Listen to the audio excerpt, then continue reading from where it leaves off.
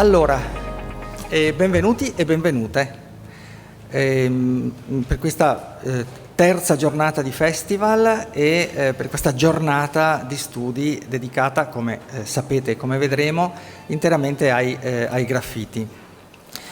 Spetta a me portare anche il saluto dell'Ateneo Veneto e la presidente Antonella Magaraggia si scusa, ma è proprio fuori Italia in questo momento e quindi non può essere qui a salutarci come avrebbe voluto.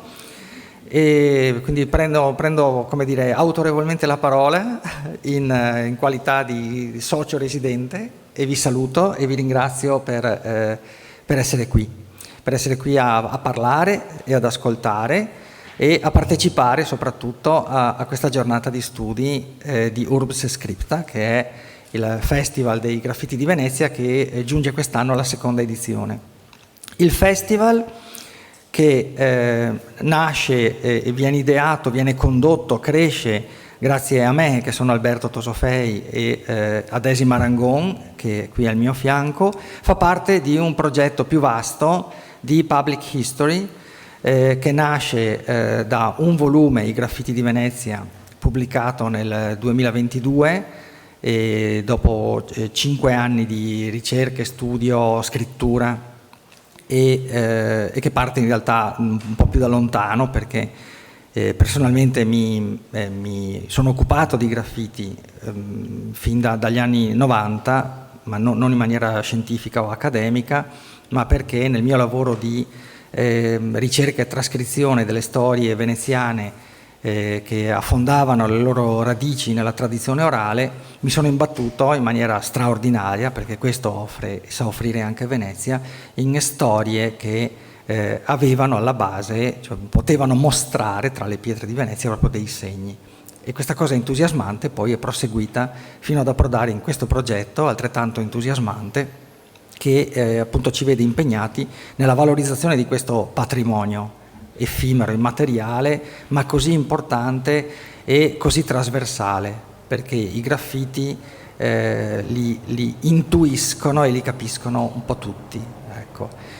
Abbiamo chiesto, non spetta a me introdurre la giornata, ad alcuni relatori e relatrici di altissimo livello di aiutarci quest'oggi a scoprire alcune delle storie legate a questi segni. Ma qui mi taccio e lascio la parola a Desi Marangon per un'introduzione proprio alla giornata. Grazie.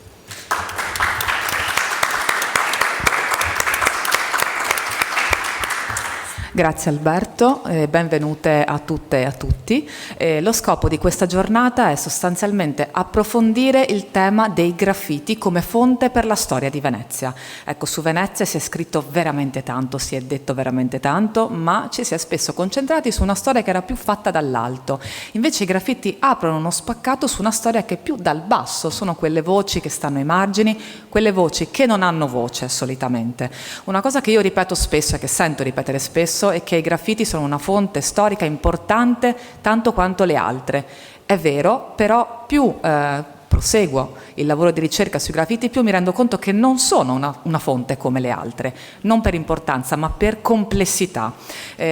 Partiamo proprio dal presupposto che il termine graffito stesso è complicatissimo, siamo sempre in disaccordo su quale termine utilizzare, perché il termine graffito è molto generico, è molto inclusivo, ma personalmente me lo rivendico, perché mi piace molto, l'abbiamo utilizzato anche per il nostro libro sui graffiti di Venezia, è un termine che ritorna all'interno anche dei progetti internazionali di più ampio rilievo, che sono per esempio graffiti, graffiste, penso, no? Quindi c'è il termine graffito che ritorna. Non sappiamo definire cosa sia un graffito di preciso, una definizione sfuggente, ma ci piace perché è inclusiva. Sappiamo benissimo di cosa stiamo parlando quando parliamo di graffiti. Forse è più un discorso di convenzioni. Quindi cercare una convenzione, una definizione che è convenzionale per ogni contesto storico, per ogni contesto geografico.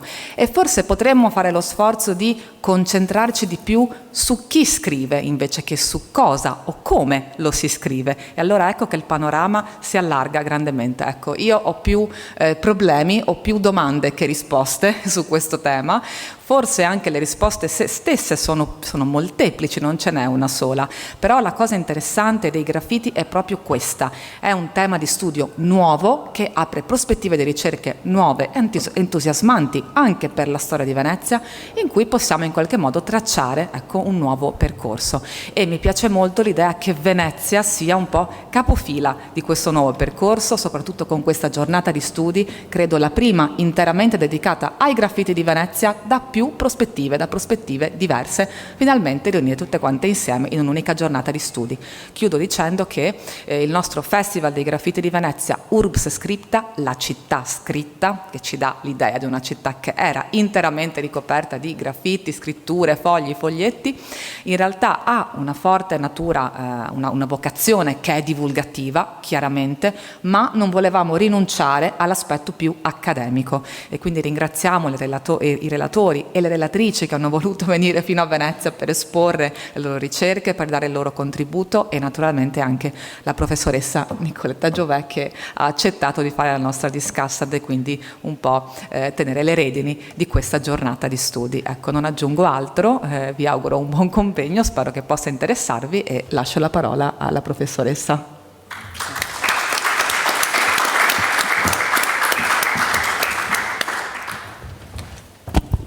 Allora, accodandomi ovviamente ai saluti e al benvenuto che do a tutti, non perdo tempo, anzi no, perdo un attimo di tempo, mi prendo un attimo di tempo solo per dire che sono molto contenta della giornata di oggi, del tema di oggi, un tema che mi appassiona. Daisy Maragon prima ha citato due progetti che sono importanti, che sono in essere sui graffiti, uno dei quali è un progetto di RC chiamato Graffiti, sottotitolo Writing on the Margins, che è tutto mirato proprio allo studio dei graffiti in Italia sul lungo periodo VII-XVI secolo, e ben tre, insomma, dei relatori che sono qui oggi, che quindi hanno occupato, insomma, a mano militari lo spazio, compresa poi me, siamo parte di questo progetto, quindi a dimostrazione, insomma, della vitalità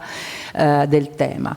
E ciò detto, do volentieri la parola alla prima relatrice, che sarà Flavia De Rubeis, Università Ca' Foscari di Venezia. Flavia, io mi metto qui così tu sei vicina al changement. Allora, intanto che avvio... Presentami. Sì, un attimo. Allora, dicevo, Flavia De Rubeis, Università Ca' Foscari di Venezia, ci fa, insomma, da introduzione forse un po' al tema, perché ricordo che la giornata di oggi ha come titolo preciso Urbs Scripta, i graffiti come fonte per una storia di Venezia dal basso, di Venezia e non solo, perché in realtà vedremo poi degli interventi nella seconda parte del pomeriggio che allargano lo sguardo verso altre realtà. Dicevo, l'intervento di Flavia è in qualche modo un intervento introduttivo e il titolo appunto di quello che ci dirà è Graffiti e spazi urbani quando il graffito aiuta la storia. A te 20 minuti. Sarò io a ricordarti, non ti preoccupare.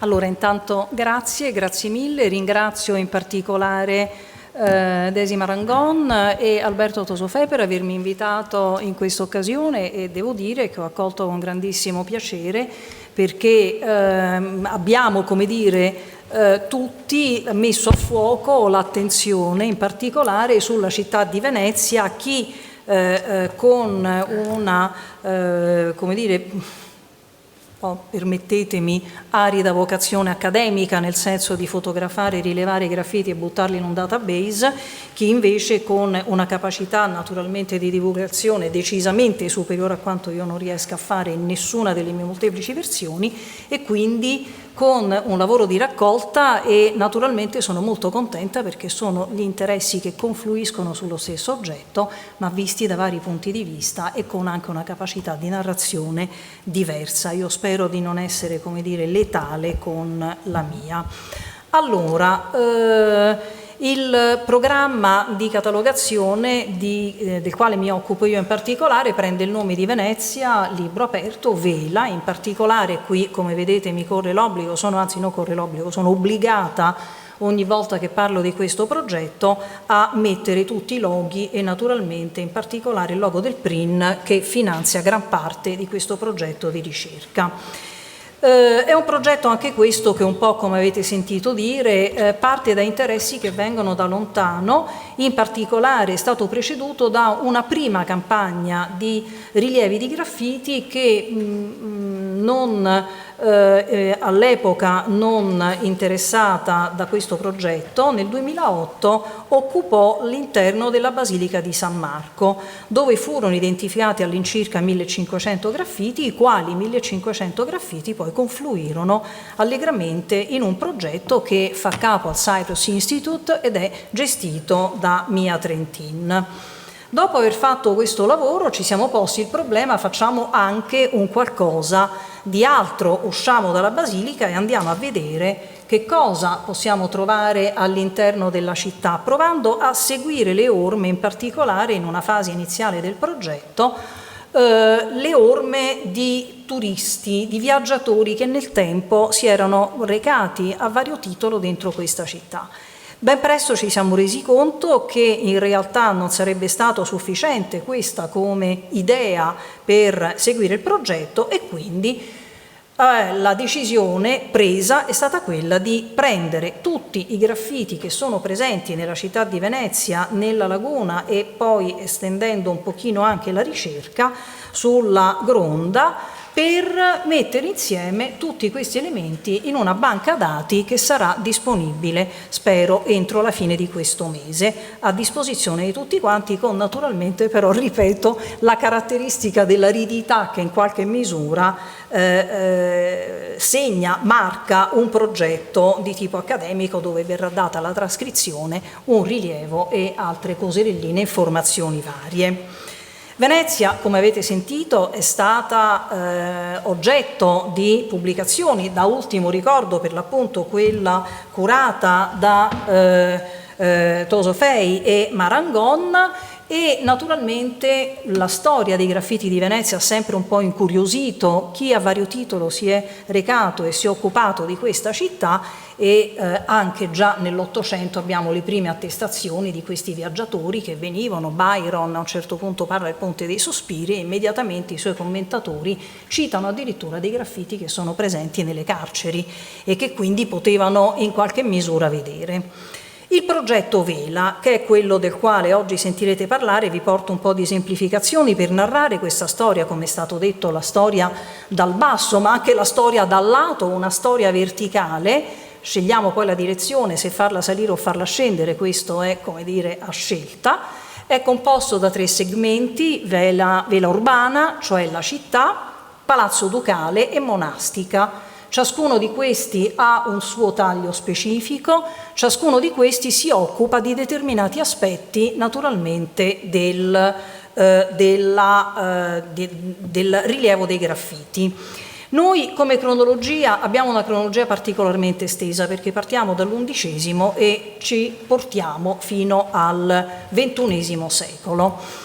Come è stato costruito? Dividendo un pochino, vedete qui, la città di Venezia per aree, ciascuna delle quali poi è suddivisa in altre aree dove noi andiamo a fare delle fotografie, e potete osservare anche dei piccoli puntini rossi. I puntini rossi rappresentano i graffiti che noi andiamo a rilevare. Ma facciamo anche un'altra cosa, cioè inseriamo, mano a mano che facciamo queste fotografie, dei codici di identità di questi graffiti, dei codici univoci che ci permettono, questi codici, di agganciare la fotografia al testo e quindi poi richiamarla nella banca dati.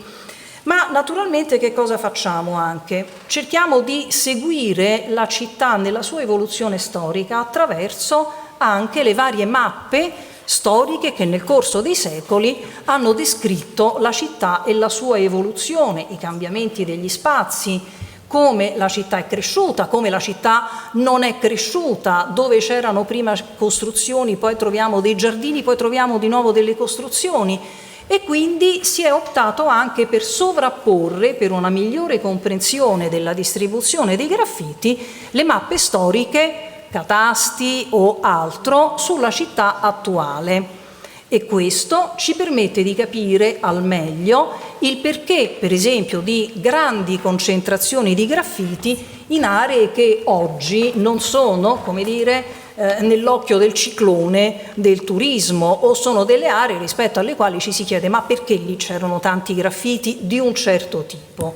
Ricostruendo questa stratigrafia delle mappe siamo in grado, non sempre, ma siamo in grado di capire i perché di queste, come dire, agglomerazioni di graffiti. Naturalmente la città è stata interessata da vari studi, Müller, Lanaro, e abbiamo anche qui, ne sentiremo parlare, avremo anche poi la relazione della collega Malagnini su questi straordinari graffiti del Lazzaretto.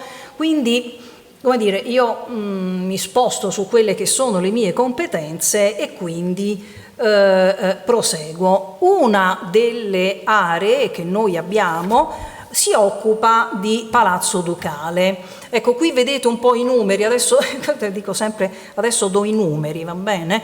Il più antico graffito rintracciato è di XI, 1301 la data più antica rintracciata, 24 ovviamente è uno dei più recenti, 40.000 sono le fotografie, 10.000 eccetera eccetera, non vi sto a leggere queste cose, ma quello che sorprende è la enorme quantità di graffiti. E qui, come dire, condivido pienamente l'osservazione che ha fatto Desima Rangon, perché i graffiti possono essere realizzati in qualunque modo, quindi io li considero graffiti, siano essi a incisione, siano essi picti o quello che è. Però ecco, qui ci sono delle posizioni che non sempre sono allineate, però diciamo che il graffito è una scrittura esposta, mettiamola così, va bene?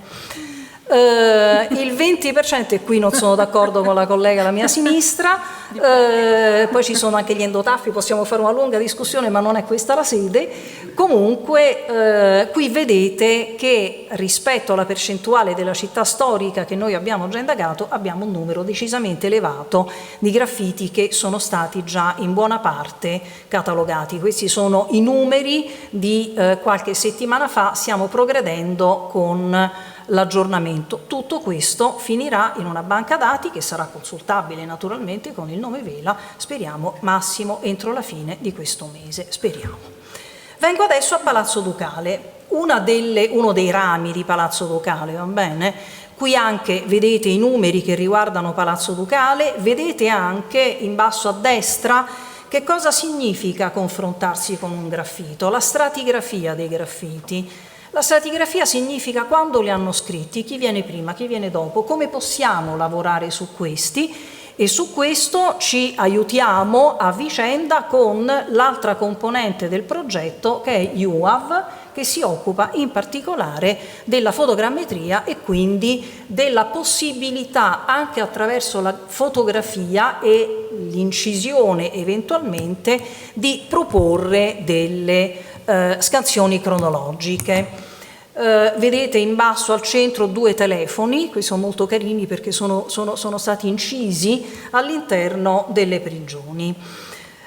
Abbiamo dei graffiti in Palazzo Ducale che sono sia interni che esterni. Nelle colonne che poi adesso sono conservate all'interno del museo, anche su quelle abbiamo un numero di graffiti molto elevato, rappresentazioni di barche, di cose, insomma prima di me altri già ne hanno parlato e ripeto anche Tosofei e Desima Rangon che si sono occupati anche di una parte di questi graffiti. Cito uno a caso, il buon Emilio Panutti che ci perseguita come una iattura perché scrive dappertutto, va bene?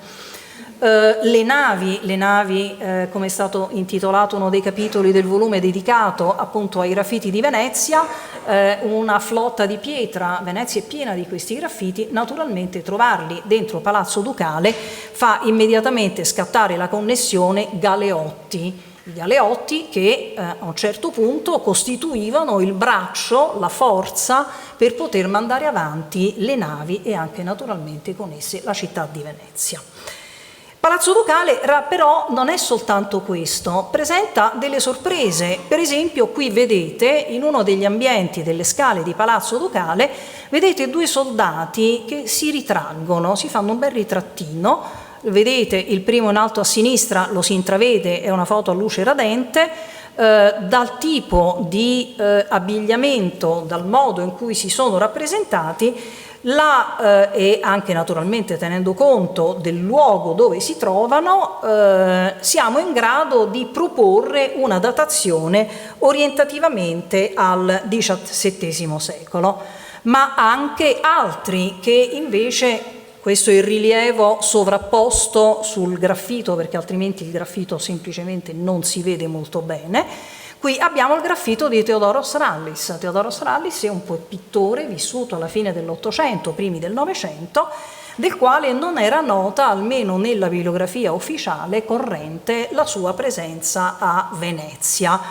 Quale non fu la sorpresa nel constatare che il Theodoros Rallis ci lascia una bellissima firma, maggio del 1875, e scrive Ec Parision, e ci dice anche che Tutententuran, cioè questa egografise, ho io inciso questa porta, e naturalmente ci dice anche che viene da Parigi. Theodoros Rallis riceve nel 1875 il suo primo riconoscimento ufficiale. Il suo passaggio a Venezia, ripeto, non altrimenti documentato, in verità è già documentato attraverso la produzione dei quadri. Vedete a sinistra una tela che è conservata oggi al museo del, non mi ricordo il nome, ad Atene, e che in maniera piuttosto singolare è titolato Veduta del Tamigi. Ora, a me pare tanto Punta della Dogana, anche perché ci sono delle gondole. A destra abbiamo un altro quadro conservato sempre nello stesso luogo, che viene titolato invece Studio, ed è esattamente quello che si vede all'interno della basilica, uno dei mosaici. Quindi, oltre ad avere la documentazione del graffito, questa storia appunto che ci dice sono passato e ho lasciato la mia firma, qualora non fosse abbastanza evidente, Theodoros Rallis passa dentro la città di Venezia e da lì dipinge una serie di sue opere. Per però poi arrivare su esempi che riguardano direttamente la città e per comprendere meglio la dimensione anche storica di questi graffiti, noi abbiamo anche cominciato a considerare, per esempio, prendendo i catasti storici, prendendo quello che è naturalmente nella letteratura, per esempio gli edifici che non esistono più, gli edifici che hanno cambiato funzione, perché allo stato attuale possiamo avere anche una chiesa che è stata demolita, un monastero che ha cambiato funzione, una chiesa che può essere ancora attiva. Qui vedete naturalmente il GIS, i punti delle chiese o dei luoghi ecclesiastici attivi, demoliti in parte, esistenti. Per attivo intendiamo una chiesa, un monastero che ancora svolge la funzione che era stata data in una prima quando nasce e quando poi continua a vivere. Naturalmente poi abbiamo anche una stratificazione e attraverso la stratificazione, la sovrapposizione delle mappe, come già vi ho detto, cerchiamo di capire anche come mai ci sono degli addensamenti di graffiti in determinate aree che, ripeto, oggi non giustificherebbero tanto questi graffiti storici, va bene? E così abbiamo preso due aree: San Francesco della Vigna, che è una delle zone che abbiamo, come dire, scandagliato a fondo, San Pietro di Castello, anche quella scandagliata a fondo. Cominciamo con San Francesco della Vigna, va bene? I graffiti che noi abbiamo partono dal XVI secolo, arrivano fino al XX, in realtà XXI secolo. Abbiamo circa 77 graffiti interni al monastero sui 200 graffiti che noi consideriamo di area. Dalla carta attuale noi notiamo dei cambiamenti rispetto alla sovrapposizione. Qui vedete sovrapposta la carta storica e vedete che abbiamo dei graffiti in zone che avevano precedentemente delle abitazioni. Questo che cosa ci dice? Che o le abitazioni che noi abbiamo oggi sono successive ai nostri graffiti e quindi siamo in grado di dire rispetto allo storico c'è stato anche un cambiamento dal punto di vista della città, ma questi sono dei cambiamenti che possiamo anche in qualche modo tampinare attraverso i secoli. Poi naturalmente se vediamo quest'altra di carta facilmente riconoscete la zona dove in questo momento sono presenti due grandi edifici, due grandi gasdotti, va bene? E anticamente però erano delle aree, uno era un chiostro aperto, uno era un chiostro chiuso. E questo naturalmente ci fa fare anche tutta un'altra serie di considerazioni, perché per esempio in uno dei chiostri aperti troviamo tanti cuori, nel chiostro chiuso troviamo tante croci. Il che è anche ovvio, sarebbe curioso l'inverso. Nella carta attuale, e ritorno per un momento a questo, in questa zona, spero si veda il cursore che gironzola, abbiamo trovato anche numerosi graffiti che rappresentano dei fasci littori, va bene?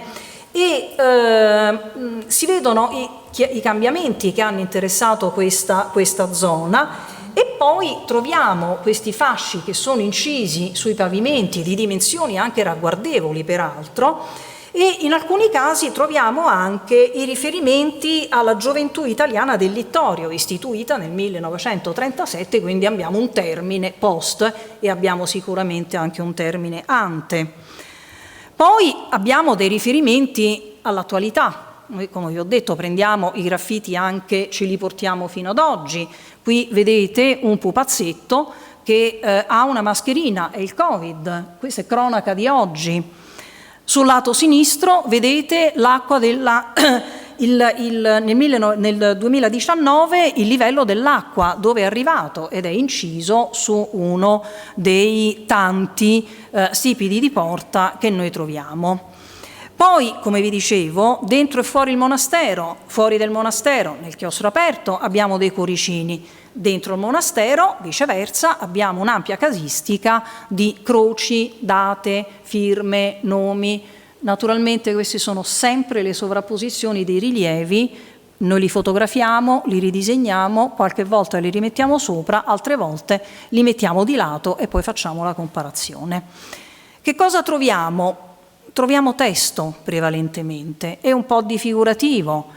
Che tipo di testo troviamo? Beh, firme, sigle, ve l'ho già detto, ex voto, amore, un po' di sport, un po' di segnaletica. Nella categoria del figurativo che cosa troviamo? Volti, croci, tante. Siamo nella zona del monastero e anche qui non stupisce che ci sia questo, ma nel momento in cui noi facciamo la catalogazione, il censimento e facciamo l'affondo su dove troviamo questo e che cosa abbiamo, escono fuori questi dati. Naturalmente poi abbiamo un altro edificio e qui riconoscerete sempre il San Pietro di Castello. San Pietro di Castello ha avuto una lunghissima storia, è stato trasformato nel 1807 l'edificio patriarcale, trasferito il patriarcato a San Marco, il grande edificio subisce tutta una serie di varie occupazioni o cambia funzione e siamo in grado di seguire questi cambiamenti anche attraverso i graffiti che sono presenti. Quindi non soltanto abbiamo naturalmente la cartografia e vedete che rispetto all'attuale c'è una serie consistente di edifici molto recenti, edifici medio recenti, aree che sono state completamente occupate, ma la cartografia ci è, come dire, di aiuto, e qui vedete la cartografia, questo è il catasto del 1838, vedete che nelle vie abbiamo dei graffiti che oggi come dire, parzialmente si sovrappongono all'attuale consistenza edilizia della isola, della zona di Castello. Dico parzialmente perché abbiamo anche dei graffiti che sulla cartografia stanno in mezzo all'acqua, va bene? la registrazione puntuale di tutte le maree, le vedete una dietro l'altra. Abbiamo dei sommergibili e questo si capisce facilmente perché a San Pietro di Castello c'era stato a un certo punto la caserma che aveva ospitato per l'appunto marinai e in particolare sommergibilisti, e quindi hanno pensato bene di fare questo. La solita cosa, quello che ci colpisce è che noi abbiamo una enorme quantità di segni di affilatura. Salto questo e vengo direttamente a questo. Perché abbiamo tanti segni di affilatura? Una enorme quantità rispetto a qualsiasi altro contesto che fino a questo momento noi abbiamo indagato. Abbiamo un'iscrizione molto bella, poi abbiamo altri segni di affilatura e andando a osservare il segno di affilatura si può ricostruire l'arma, la lama che ha fatto questa affilatura, e quindi siamo in grado di dare anche un minimo di cronologia anche per questo, perché nel segno di affilatura noi sappiamo che queste armi furono in dotazione della Regia Marina tra l'866 e il 918, quindi abbiamo una cesura, cioè qui è chiuso e qui è chiuso. Altri segni di affilatura, questa volta sono legati ai giovani Balilla, va bene? I quali fanno mettere questa targa, i Balilla, e poi, insieme alle piccole italiane, e poi però incidono, affilano le loro armi che erano quelle che potevano avere loro in dotazione, perché poi secondo l'età cambiava anche il tipo di armi. Ed infine, e una parte di questi sono anche noti, abbiamo i segni degli scalpellini, e anche questa è un'informazione preziosissima perché dal punto di vista della storia dell'arte sono gli stessi che noi troviamo per esempio in Palazzo Ducale, nella zona quattrocentesca. C'è questa lunga discussione se siano le stesse maestranze, le stesse manovalanze, gli stessi fornitori di pietra d'Istria. Facendo il confronto abbiamo potuto constatare che alcuni segni degli scalpellini corrispondono esattamente con quelli che troviamo a San Pietro di Castello, e sappiamo anche che a San Pietro di Castello per l'appunto Mauro Codussi, che aveva portato la pietra d'Istria per San Pietro di Castello e anche per altre chiese dentro la città di Venezia, e era stato attivo con il trasporto delle pietre per Palazzo Ducale. Quindi incrociamo i dati, li mettiamo insieme e siamo in grado di dire sì, erano gli stessi che portavano di qua e di là. Naturalmente c'è una lunga letteratura anche su questo, e Maria Bergamo dice si potrebbero accostare, noi diciamo si possono accostare perché abbiamo questi stessi marchi degli scalpellini. In conclusione, lascio questa slide perché è carina, l'uso del graffito come singolo elemento o come elemento quantitativo per lo studio delle aree si può fare avendo una grande quantità o facendo uno studio sul singolo contenuto, come è stato fatto anche da chi ha voluto queste giornate nel volume. L'uso dei graffiti per la storia della città e dei suoi abitanti, ma anche la storia della città dal punto di vista urbanistico. L'uso dei graffiti per la macrostoria, perché quando si tocca Venezia si tocca in realtà la macrostoria, è una città non del tutto trascurabile ai fini delle relazioni internazionali, ma abbiamo anche la famosa storia verticale, dall'alto verso il basso, dal basso verso l'alto, e i graffiti ce lo documentano in maniera spesso e volentieri inequivocabile. In altre parole, una storia trasversale e interdisciplinare. Grazie.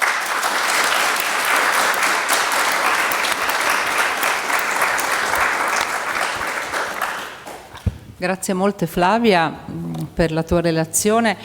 Allora, solo una notazione di ordine logistico. Gli interventi del pomeriggio si divideranno in due gruppi e dopo i primi 3 ci sarà la discussione per l'appunto sulle relazioni che abbiamo sentito, poi facciamo una piccola pausa e riprendiamo poi con gli interventi successivi a cui seguirà una discussione dedicata, in modo da avere bene in mente quanto i relatori ci offrono. Una piccola notazione soltanto sul fatto che la cronologia che Flavia ci propone è lunghissima, come non sempre avviene con i graffiti, insomma i contesti sono diversi, e tra l'altro con questo elemento aggregante di un macrospazio, no? Il macrospazio urbano, che non è quindi il singolo edificio, che non è neanche questa cosa così consueta. E poi anche qui è molto interessante, ma penso che avremo modo di risentire il tema, c'è la questione poi anche dei segni, no? Che sono figurativi ma altre volte nemmeno figurativi. Mi hanno colpito molto i segni di affilatura, insomma, che tu hai citato e che non avevo francamente mai visto. Ciò detto, passo volentieri la parola a Francesca Malagnini dell'Università per Stranieri di Perugia, che diciamo dal grande spazio ci porta in uno spazio più limitato, perché il suo intervento si intitola "Tra scritture parietali e graffiti, testimonianze plurime e continuative nei due lazzaretti veneziani". Quindi rimaniamo in un contesto veneziano ma preciso. Prego Francesca. Grazie mille. Prima cosa doverosa, salutare e ringraziare Alberto Tosofei naturalmente e Desi Marangon per questo invito, voi che siete in sala e naturalmente la Presidente dell'Ateneo Veneto che, come abbiamo sentito prima, non è purtroppo presente in sala, la dottoressa Antonella Magaraggia. Bene, allora io farò prevalentemente parlare le scritture e i graffiti. Anche io faccio parte con la professoressa Giové dell'equipe di Carlo Tedeschi e faccio parte di questo progetto IRC Graffiti, scritture sui margini, lo dico in italiano, o ai margini. Uno degli studi di caso che è presente all'interno di questo progetto è lo studio delle scritture parietali del Lazzaretto Nuovo e del Lazzaretto Vecchio, in particolare del Lazzaretto Nuovo, perché il Lazzaretto Vecchio è ancora, lo stiamo restaurando, insomma, quindi tra l'altro avremmo dovuto fare delle foto fra qualche giorno, il mese di giugno, proprio per la prossima pubblicazione e anche per il Museo della Laguna Veneziana che si creerà al Lazzaretto Vecchio, e stanno per crollare alcune pareti e quindi non è possibile, sotto il peso dei graffiti e delle scritture parietali, e quindi questo appuntamento è stato naturalmente rinviato per mettere in sicurezza il priorato, insomma una parte del priorato. Bene, allora facciamo vedere prima di tutto, perché siamo a Venezia, io sono veneziana anche se insegno a Perugia, ma voglio dire non tutti conoscono la realtà dei due lazzaretti. Allora, questa prima foto che vi faccio vedere è che, allora sì, non c'è, ma facciamo così, scusate, ma io sono un po' imbranata con gli occhiali e con il PC, per cui abbiate pazienza. Allora, questa è l'isola del Lazzaretto Vecchio, che si trova di fronte al Lido e vicinissima all'isola di San Lazzaro. Poi mi soffermerò sul nome del lazzaretto. Questa è l'isola, vedete che è molto estesa e ci sono delle costruzioni. Queste costruzioni interne sono quasi tutti tesoni, deriva da tesa, io non sono una paleografa, sono una storica della lingua, quindi sono tese, cioè costruzioni rettangolari molto semplici, va bene, con un tetto non particolarmente acuto e arcuato, insomma. Allora, queste tese, la prima parte, questa parte qui, era l'ospitale, va bene, il primo ospedale dedicato appositamente per il ricovero dei malati di peste. Poi queste tese, la parte contigua è una parte seicentesca, e queste altre tese più in qua, che ricoprono praticamente tutta l'isola, sono settecentesche e anche alcune ottocentesche. Tra una tesa e l'altra c'erano le fosse comuni e sono stati trovati moltissimi resti naturalmente, e che sono di particolare interesse, insomma, perché non solo si possono fare analisi e studio, ma si capisce anche come avveniva la sepoltura, per esempio nei picchi epidemici, no? Ci sono degli strati naturalmente di resti umani e che li stanno studiando e stanno dando molte indicazioni sull'alimentazione, sulla storia della medicina, insomma, a Venezia. Questa parte invece è la parte della casa del priore, perché ogni lazzaretto Lazzaretto era gestito da un priore, anche da una prioressa, poteva essere. Ci sono testimonianze di prioresse e priori che hanno anche rubato e che quindi sono stati messi alla gogna, giustamente. Lo dico perché poi per una scrittura, molto probabilmente, se riesco a dirlo, insomma, è significativo questo. Poi c'erano i parlatori, va bene, in cui le persone che potevano dalla laguna, e anche naturalmente se riuscivano ad entrare, ma era molto questo avveniva molto di rado, riuscivano a parlare con le persone che alloggiavano, con i malati. Va bene? Cambiamo. È questa qua. Ok, questa è sempre un'altra veduta del Lazzaretto vecchio, e mi interessa, possiamo ingrandirla un pochino? Ecco, mi interessa che voi guardiate questa piccola area che è il portone dell'ingresso dell'ospitale. Questa? Questa?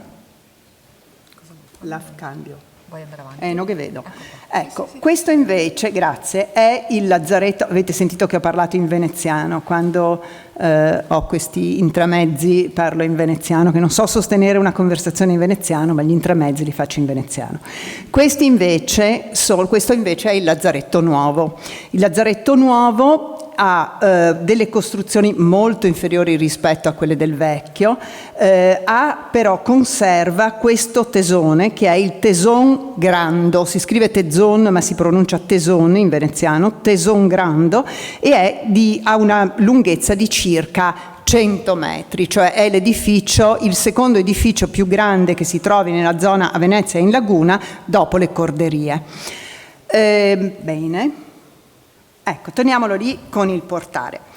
Allora, nella mia breve nota che darò oggi, la nota avvertirà su alcuni punti relativi alle testimonianze scrittorie che sono circoscritte tra il XVI e il XVII secolo, anche se sia al Lazzaretto Nuovo, anzi prevalentemente al Lazzaretto Vecchio, ma anche al Lazzaretto Nuovo, scusatemi, si trovano scritture e graffiti che sono ottocenteschi e novecenteschi. Quindi però in questa sede mi concentro sulle scritture del XVI e XVII secolo. Allora, due note. Queste isole erano abitate da religiosi fin dall'XI-XII secolo. Quando scoppia la peste nel 1348, tutte le città italiane e progressivamente europee si devono attrezzare. Venezia è la prima, dopo Ragusa, che in realtà aveva creato un luogo di isolamento, riesce a capire, Venezia, che la peste è una malattia contagiosa, non sa nulla, non sa da dove derivi, chi l'abbia provocata, quali siano le forme di contagio, ma Venezia capisce che l'isolamento è l'unica arma per arginare la diffusione del morbo.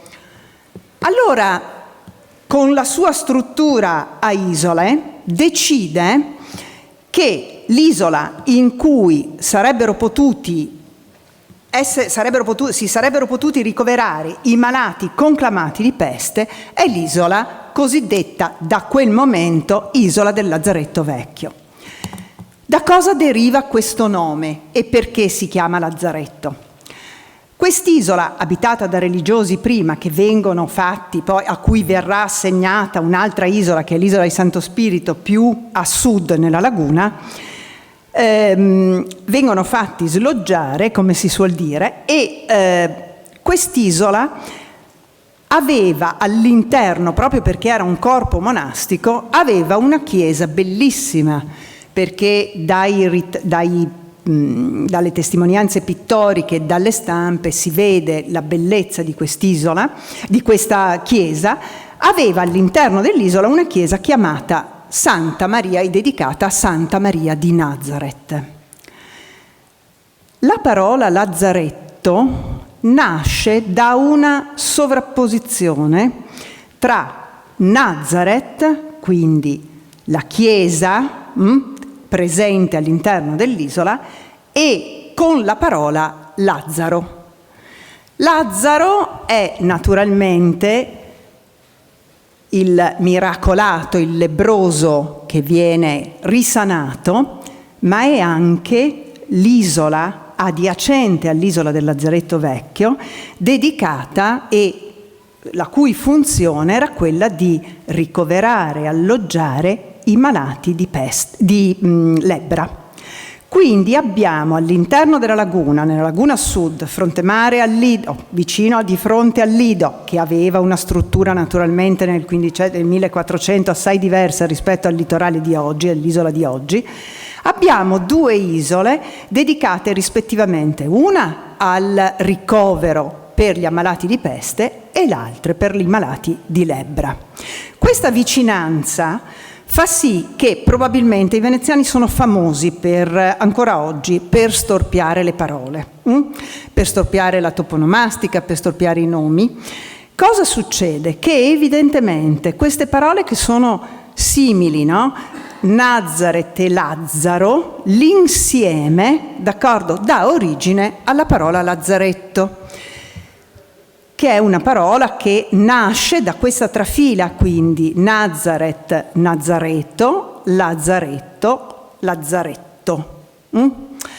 È una parola importantissima perché si diffonde, vorrei dire quasi, in maniera un pochino, perché sono veneziano-centrica naturalmente, si diffonde nel mondo, cambia leggermente semantica, quindi da luogo in cui sono ricoverati i malati di peste diventa, come in russo, ospedale, banalmente. Però è una parola, uno di quei venetismi, venezianismi, quindi italianismi, che si diffondono appunto nel mondo. E è una parola importante. Nasce da quest'isola e in particolare da questo portale che ci conduce all'interno del lazzaretto, cioè all'interno dell'ospedale.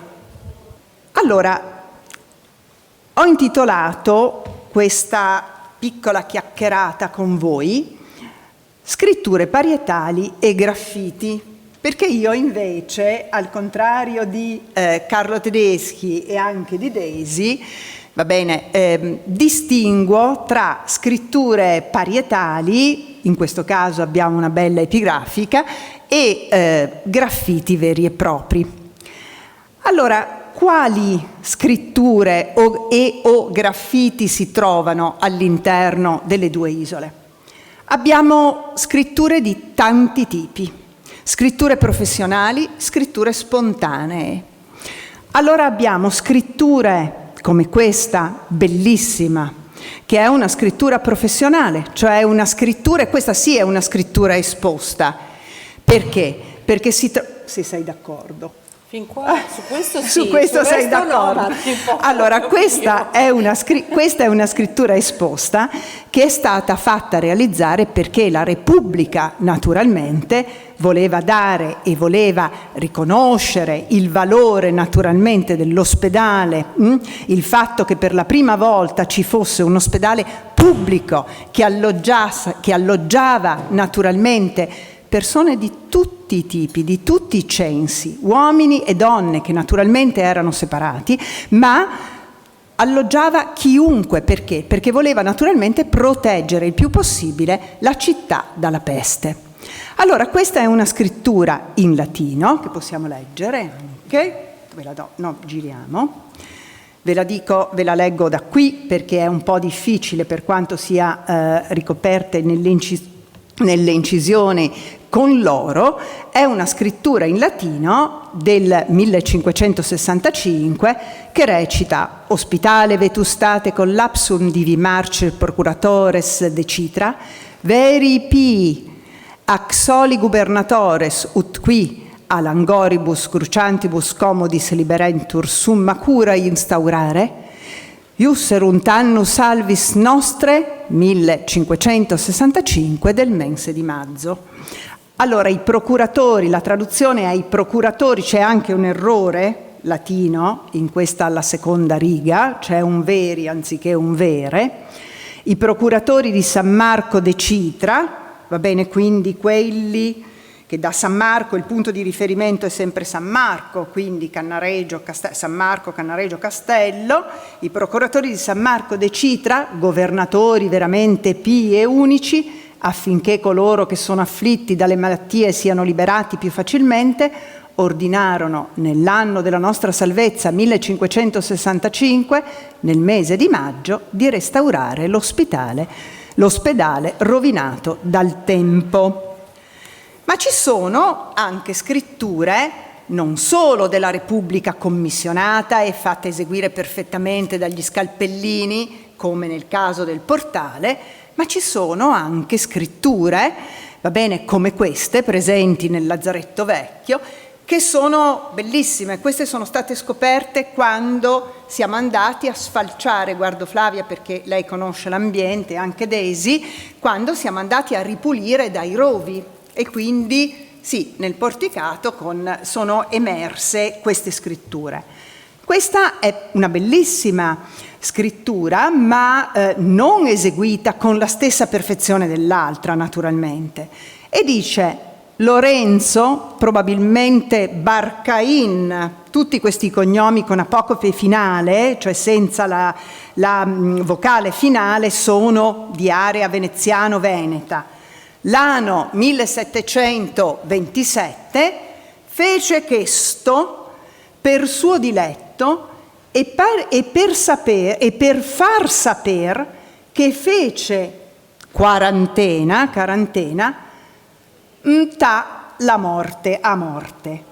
Quindi questo signore, questo Lorenzo Barcain, decide di incidere sulla pietra d'Istria, d'accordo, di testimoniare e di dare questa sua, appunto, testimonianza a chi poteva vedere, a chi poteva fruire di questo luogo.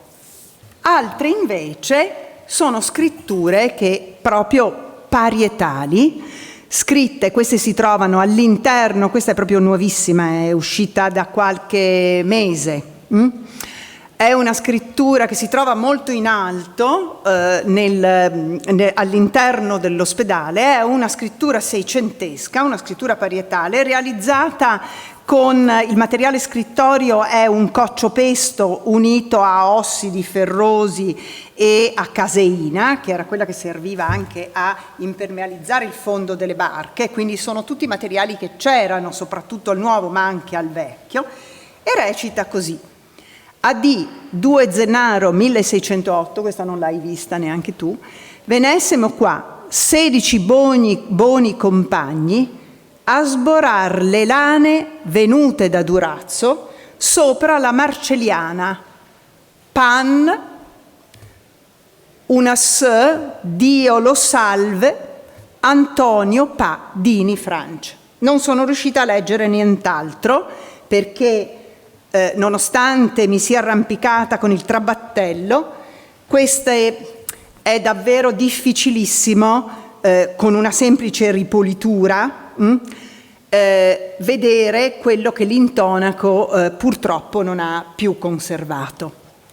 Questa è davvero molto bella e insomma sono belli questi testi e troviamo delle formule ricorrenti che si trovano sia al Lazzaretto Vecchio, nelle scritture parietali del Vecchio, sia del Nuovo, che sono un pochino così rutinarie e sono tipiche di un certo tipo di scrittura di quel periodo e anche di scritture che si contaminano e contagiano l'uno con l'altra. Quindi abbiamo spesso il giorno, il mese e l'anno, venessimo, venimmo in qualche caso, cioè qua, quindi con il deittico c'è sempre questo avverbio deittico sempre molto preciso, il numero dei compagni che vanno da 6, 7, 8, 16, sono squadre di facchini e loro tra di loro si chiamano compagni, che sono sempre buoni compagni, sono sempre buoni, lavorano insieme. Buoni compagni, sempre senza il dittongo, che è un tipico del veneziano. A sborare, Sborare è sciorinare, è termine tecnico. Sciorinare le navi, le merci. Perché? Perché i facchini dovevano aprire le balle di mercanzia. I lazzaretti sono costruiti sicuramente per i malati di peste, ma nel momento in cui hanno due funzioni diverse, questo ne parlerò fra un minuto quando parlerò del lazzaretto nuovo, ma nei momenti in cui non c'erano, e sono già arrivata? 20. 2 minuti? Sì. Quindi non parlo del nuovo? Peccato. Va bene, sono colpa mia. Stavo dicendo? Ho perso le merci. I facchini, grazie, ho sentito anche in sala, grazie Alberto, le merci, quando non c'erano le punte epidemiche, questi grandi tesoni servivano per tenere le merci, cioè quando le navi arrivavano dall'Oriente prevalentemente, dovevano fermarsi al lazzaretto, venivano svuotate le navi e tutte le mercanzie venivano alloggiate all'interno dei lazzaretti, in particolare nel lazzaretto nuovo, ma anche nel vecchio quando non c'erano punte epidemiche. Quindi si facevano, e chiudo, segni mercantili sui muri, segni sui sacchi, venivano aperte questi sacchi con lane, lini, cotoni, ventagli, piume e via di seguito, e i facchini le sciorinavano, cioè le aprivano e le facevano, d'accordo, le mettevano alla bora, al vento, perché questo faceva sì che le merci si ripulissero, d'accordo, si disinfettassero in epoca in cui non c'era la chimica. Quindi asborare, che deriva proprio da bora, dal vento di bora, significa disinfettare le lane. L'ultima cosa che dico, perché non voglio, però le immagini ve le faccio vedere, sono la Marcelliana. Ecco, questa è un'imbarcazione seicentesca, questa ti fermi un secondo, che viaggiava a pienissimo carico, troppo carico, e ci sono un sacco di multe, un sacco di provvedimenti della Serenissima a questo punto. Chiudo e mi scuso per il ritardo, perché questo è uno dei graffiti che abbiamo trovato. Guardo sempre Flavia, questo sì l'ho pubblicato, c'è nel volumetto delle epigrafiche, ma semplicemente perché ho parlato della pietra d'Istria. Questo, che è praticamente non si vede solo quando il sole arriva radente alle 7 della sera d'estate. C'è un Piero Simon, e guardo Alberto, 1848. Quindi non ho trovato questo Piero Simon né in archivio né da nessun'altra parte, ma certo l'anno vuol dire qualcosa. Ecco, sono proprio testarda. Queste ve le faccio solo vedere, speravo di leggerve, ma non ce la faccio e non voglio sottrarre tempo agli altri, lo sto già facendo. Queste invece sono le scritture parietali che trovate al Lazzaretto Nuovo. Sono tutte realizzate al 90% dai facchini, dai bastazzi. D'accordo? Quindi dai bastazzi che provenivano dalla Valsabbia, quindi in territori veneziani, ma sapevano leggere e scrivere. Quindi flussi migratori di persone che arrivavano e facevano una manovalanza non semplice e anche pericolosa, ma che sapevano ben scrivere, perché la Serenissima sapevano scrivere in stampatello, diciamo così ci capiamo, ma anche in corsivo, e vi assicuro che questo è un bellissimo corsivo. Vi faccio solo vedere le immagini. Ecco, quindi questi sono testi molto estesi che documentano la vita all'interno del lazzaretto e anche all'esterno nella città di Venezia. Scusate, ho parlato troppo e non ho concluso, ma spero che almeno abbiate potuto così gustarvi un po' la vista con queste parietali. Grazie.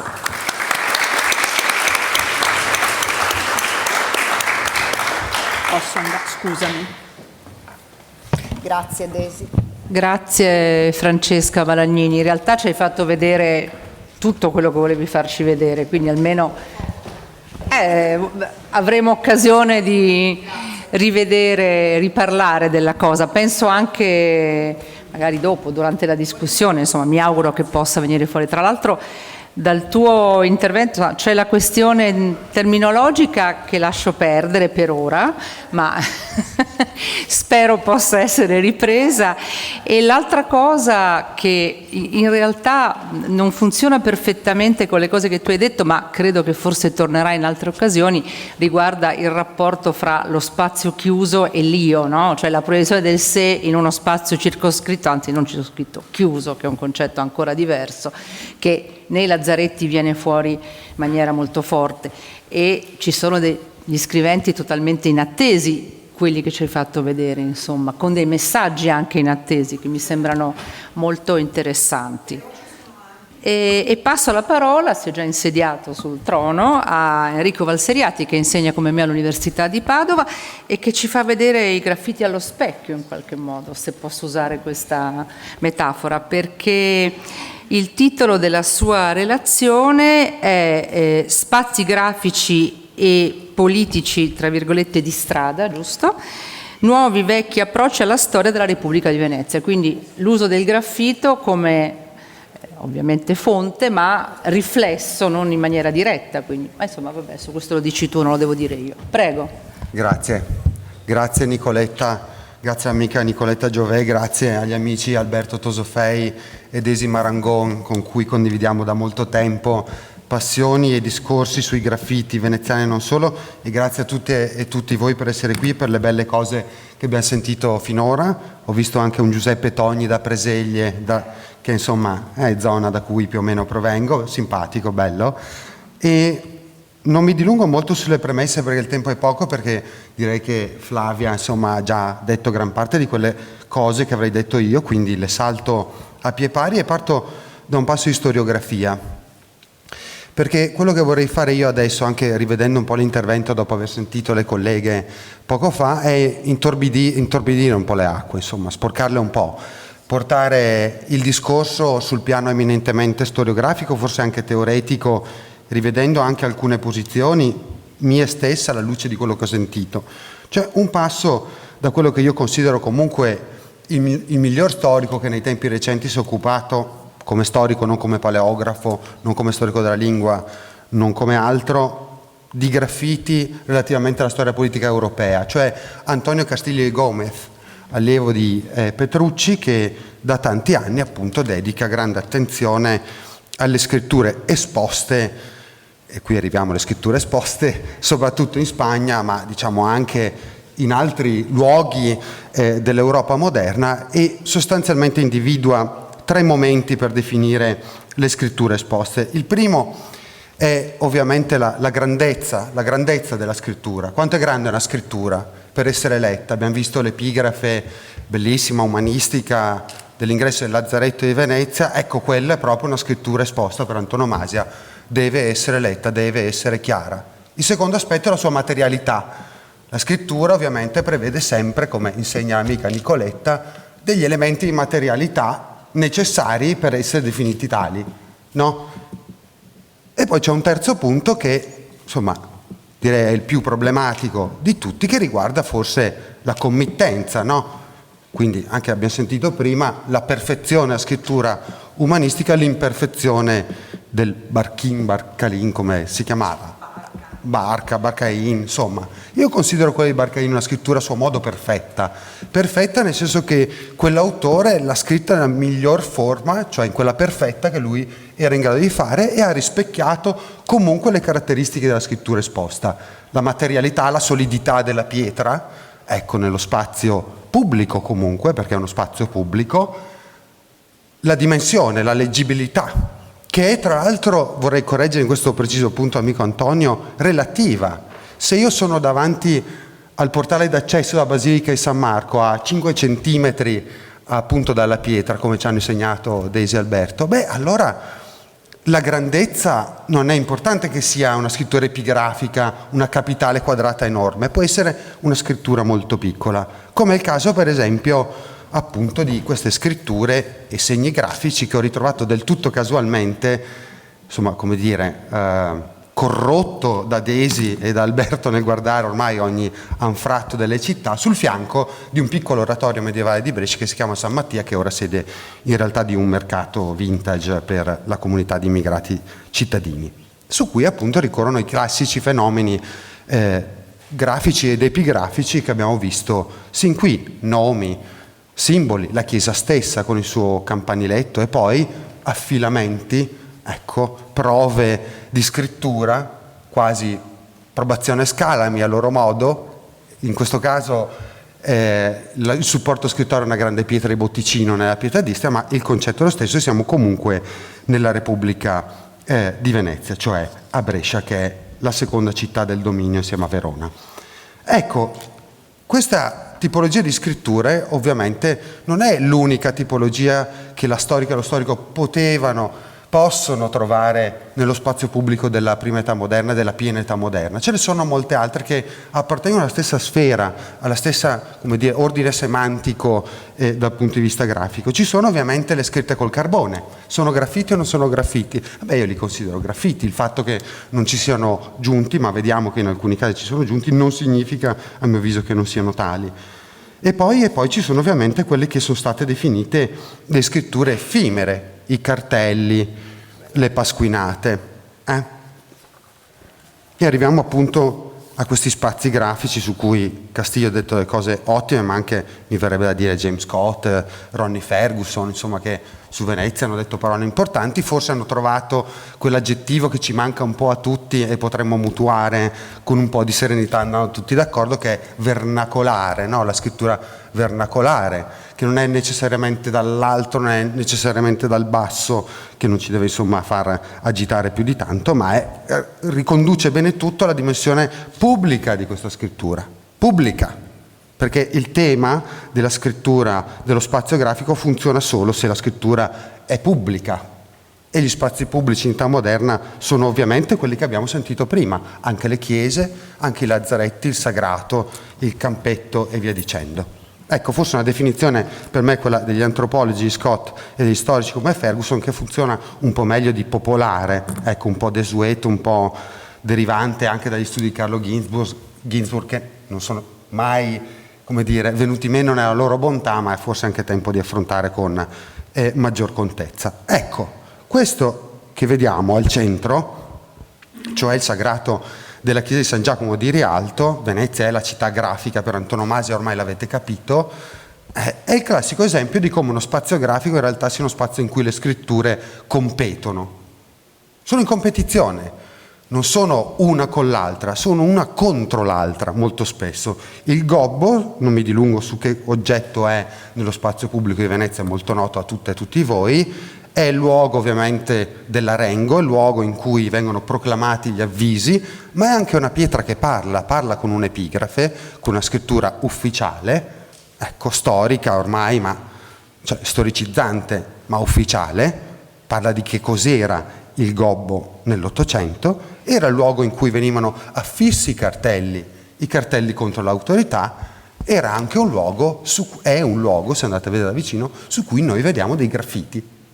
Quindi è, come direbbe Massimo Rospocher, come direbbe Marci Van Gelder di Venezia, uno spazio multimediale, intermediale, in cui i messaggi di scrittura sono molteplici e comunicanti tra loro, oppure in competizione tra loro. E cosa potevamo trovare in uno spazio come questo? Beh, un documento come quello reperito da Marci Van Gelder nelle segrete del Consiglio dei 10, che è una pasquinata. Una pasquinata che è rivolta a chi? Al legato papale a Venezia nel 1569, accusato dall'anonimo autore del cartello di frequentare con una certa simpazia, lo vedete scritto qua, uomini, donne, putti, ancora le bestie e il suo cazzo che ha fotuo, e l'enorme fallo che insomma rappresenterebbe i vizi del nostro legato papale a Venezia del 69. Ovviamente l'autore non è ritrovato, non è reperito, ma questo è il classico documento che avremmo potuto trovare, anzi fu trovato proprio lì, a Rialto, dove c'è il gobbo, dove l'ufficiale pubblico proclama altre parole, sono anch'esse parole come dire, scritte, perché l'avviso è stato o scritto a mano o stampato e viene poi letto agli illetterati della piazza, e anche ovviamente materialmente degli avvisi affissi sullo spazio pubblico per antonomasia, il sagrato della chiesa, la colonna della chiesa. Lo vedete molto bene nel dipinto celeberrimo di Canaletto, ora la Gemälde Galerie. Però la scrittura che ci sembra così effimera del fallo del legato papale in realtà nasconde degli inghippi. Sono molti, sono inghippi metrici, sono inghippi paleografici, sono notizie politiche raffinate sulla presenza del legato papale in città. È ovviamente un testo che riguarda la pubblica infamia contro un rappresentante di uno Stato che in quel momento è percepito come nemico, e quindi questo oggetto che noi percepiamo come popolaresco, ecco, anche nel linguaggio, anche nel vernacolo, ecco, ritorna l'aggettivo di Scott, denuncia forse un'origine non tanto dal basso, ed è d'altronde una cosa che accomuna molti di questi testi, che siano essi incisi, disegnati oppure, come dire, messi su carta nello spazio pubblico nella forma della pasquinata, per intenderci, del cartello, del libello infamante. Se andiamo nel dominio di Venezia nel XVI secolo, tra l'altro, di questi oggetti multimediali ne esistono altri. A Brescia in particolare, che è una delle poche città che lo ha, esiste una statua, almeno dalla metà del XVI secolo, la Ludovica della Loggia, la Lodoiga della Loggia, a cui appunto sono affidati i testi contro l'autorità pubblica, sul modello del Gobbo di Rialto, sul modello del Pasquino di Roma. Qui potete vedere addirittura un dipinto riguardo Alberto Tosofei, anch'io, 1848, il popolo che si raduna in piazza attorno alla statua che in quel momento era davanti alla loggia, nello spazio liminale tra la loggia e la piazza, adesso è sotto la loggia per motivi conservativi, ed è quello il luogo in cui per l'appunto venivano espressi tramite i cartelli i momenti di dissenso contro l'autorità austriaca. Ma era così da 300 anni almeno. E cosa si faceva in piazza? Si scriveva sulla Ludovica, con la Ludovica, per la Ludovica, attraverso la sua stessa voce, oppure si facevano altri gesti importanti che per me afferiscono sempre all'universo semantico delle scritture esposte, cioè le cancellature. Ecco, grande assente dall'agone storiografico, dal dibattito storiografico sui graffiti. E ciò che è stato cancellato, ciò che non vediamo più, e ciò che non vediamo più dobbiamo conoscerlo ovviamente attraverso la testimonianza delle fonti documentarie dei cronisti, molti generosi nel dare informazioni di questo tipo. Il cronista bresciano Pandolfo Nassino, per esempio, nel suo registro di molte cose, è molto banale come titolo, ma per lui era efficace, molte cose che sono accadute nella sua epoca, scrive che nel 1540, ecco, per il magnifico podestà Giovanni Antonio Tagliapietra, furono chiamati sulla pubblica piazza due ragazzi, in realtà due membri dell'aristocrazia, dell'elite cittadina, su cui non mi dilungo, sono membri della famiglia Chizzola e Rodengo, che hanno compiuto un gesto nei confronti del suo predecessore: imbrattare di merda lo stemma e il nome del podestà Giovanni Moro che stava sul palazzo pubblico della città. Un atto molto noto, di cui parlano poco i manuali di storia, men che meno i saggi di storia, che si chiama smerdolamento. Tecnicamente si chiama così, e difatti il cronista parla di quelli che merdolete l'arma del magnifico messer Zoan Moro, podestà de Bressa. Perché questi ragazzi smerdano la scritta ufficiale esposta e lo stemma del podestà? Sostanzialmente per due motivi. Uno era molto antipatico, anzi peggio, era gobbo. Ecco, e il difetto fisico ovviamente rispetta anche il difetto morale del rettore, che non ha governato bene, ha fatto una cosa terribile, per esempio, ha chiuso tutte le osterie della città per impedire il dilagare dell'alcolismo a Brescia. E allora cosa fa la Fraglia degli Osti, cioè l'associazione che tiene aperte le osterie e gestisce i flussi di alcolici in città? Scrive un graffito contro di lui che ci riporta un altro cronista: viva viva, viva Giovanni Moro, della pietà gran ristoro, che abbia la pietà di Marte, e viva che se ne parte la Fraglia degli Osti. Imbrattamento, cartello, graffito, scrittura esposta, la pubblica piazza. Ecco, siamo in questo mondo, siamo entro questo universo semantico, a mio avviso.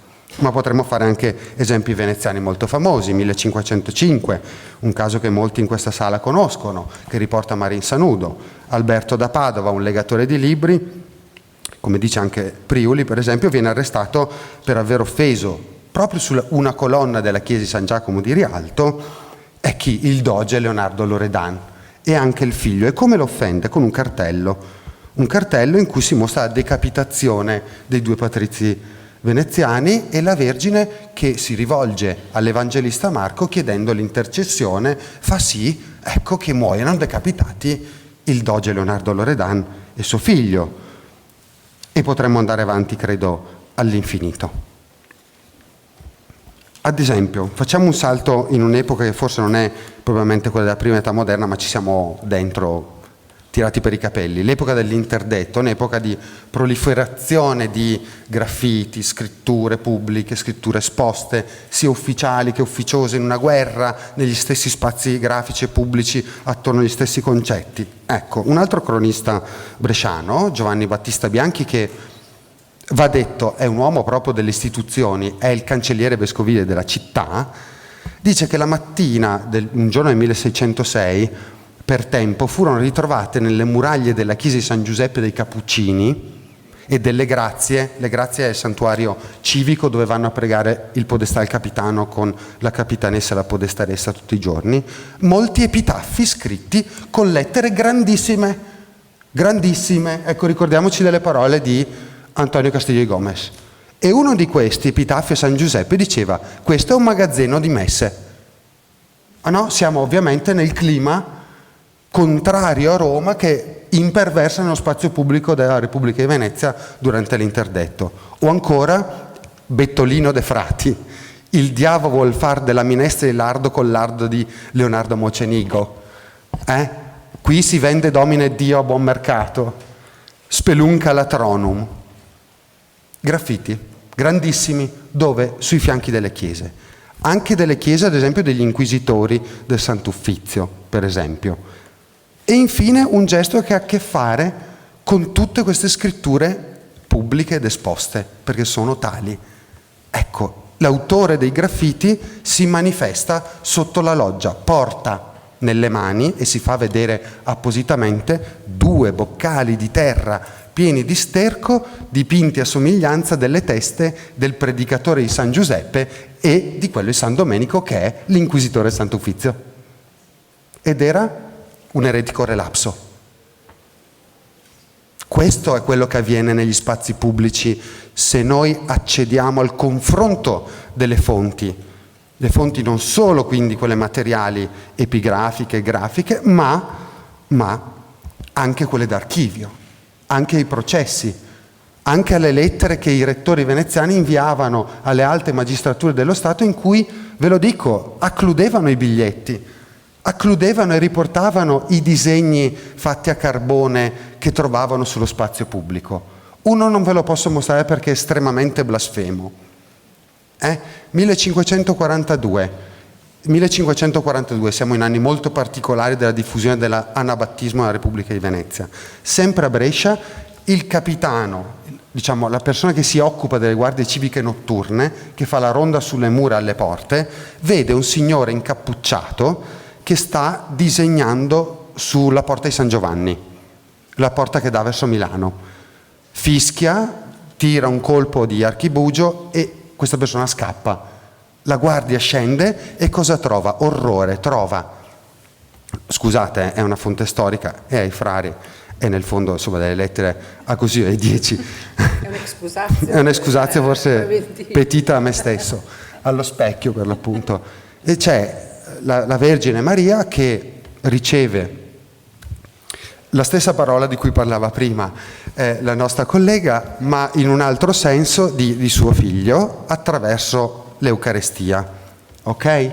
È una cosa che sconvolge la città, perché compare non solo lì, ma anche sulla porta della cattedrale, compare su un'altra porta cittadina, compare di nuovo sui fianchi delle chiese. Cosa fa la guardia?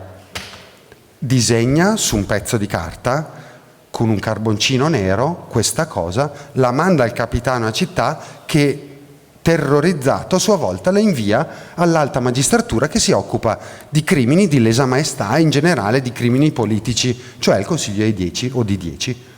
Ecco, noi abbiamo questo graffito che altrimenti avremmo definito effimero, e forse lo è nella sua materialità, ma c'è rimasto perché quello è un reato pubblico, la lesa maestà, che sia essa la lesa maestà politica della sovranità di Venezia oppure la maestà più alta ancora, e qui vilipesa attraverso un atto di blasfemia. Oppure, come in questo caso, 1548, pochi anni dopo, i rettori veneziani innalzano un dazio, insomma, molto inviso alla cittadinanza, che è quello sul pane.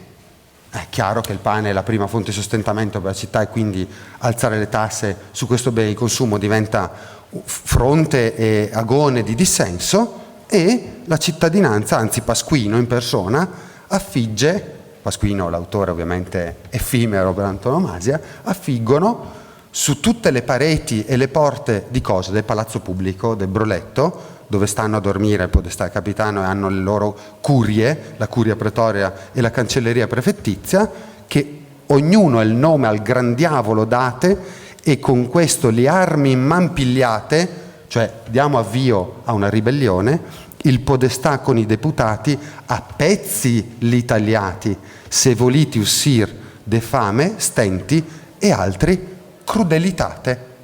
Se vogliamo uscire dalla vessazione dell'erario pubblico, dobbiamo fare a pezzi i rettori, ucciderli, squartarli, come loro d'altronde facevano davanti ai crimini pubblici, poi affiggendo ai 4 punti della città più consoni al tema i corpi degli squartati. Appunto la performatività della scrittura, la performatività degli atti pubblici, e mi avvio alla conclusione. Ancora altre cose che avreste potuto trovare: minacce di morte disegnate sulle porte, ad esempio in questo caso di un cancelliere veronese, 1531. Ti ammazziamo prima con un proiettile, poi ti diamo fuoco alla casa, e se questo non basta ti pugnaliamo. Beh, insomma, a Verona erano piuttosto crudeli, ma crudeli lo erano davvero.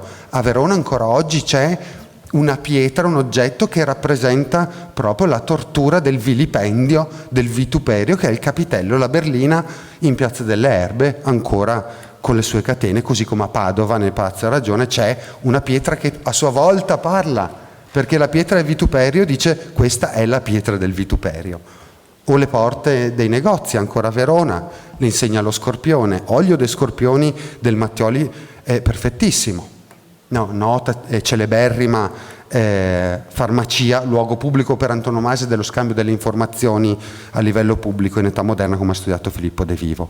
Ecco, con questo mi concludo, ma credo che il tema che ho cercato forse in maniera un po' espressionistica di far passare, il tema è chiaro per me, cioè vedere le scritture nella loro eccezionalità va bene, ma dobbiamo vederle come stanno facendo per l'appunto sia Desi che Alberto che Flavia, cioè vederli nel contesto, nella topografia, altrimenti non li capiamo.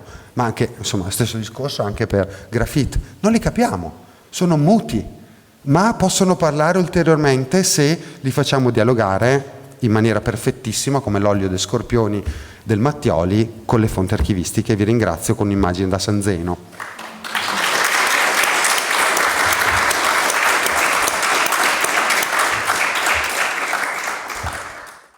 E a questo punto ci spostiamo un po', perché dal punto di vista cronologico, anzi in realtà torniamo indietro, perché le cose che abbiamo sentito sono state molto spesso contemporanee, però facciamo una sorta di trade union tra le esperienze veneziane e un contesto italiano, insomma, più ampio, nel quale poi si potranno ricondurre invece, al quale si potranno ricondurre le ultime 2 relazioni.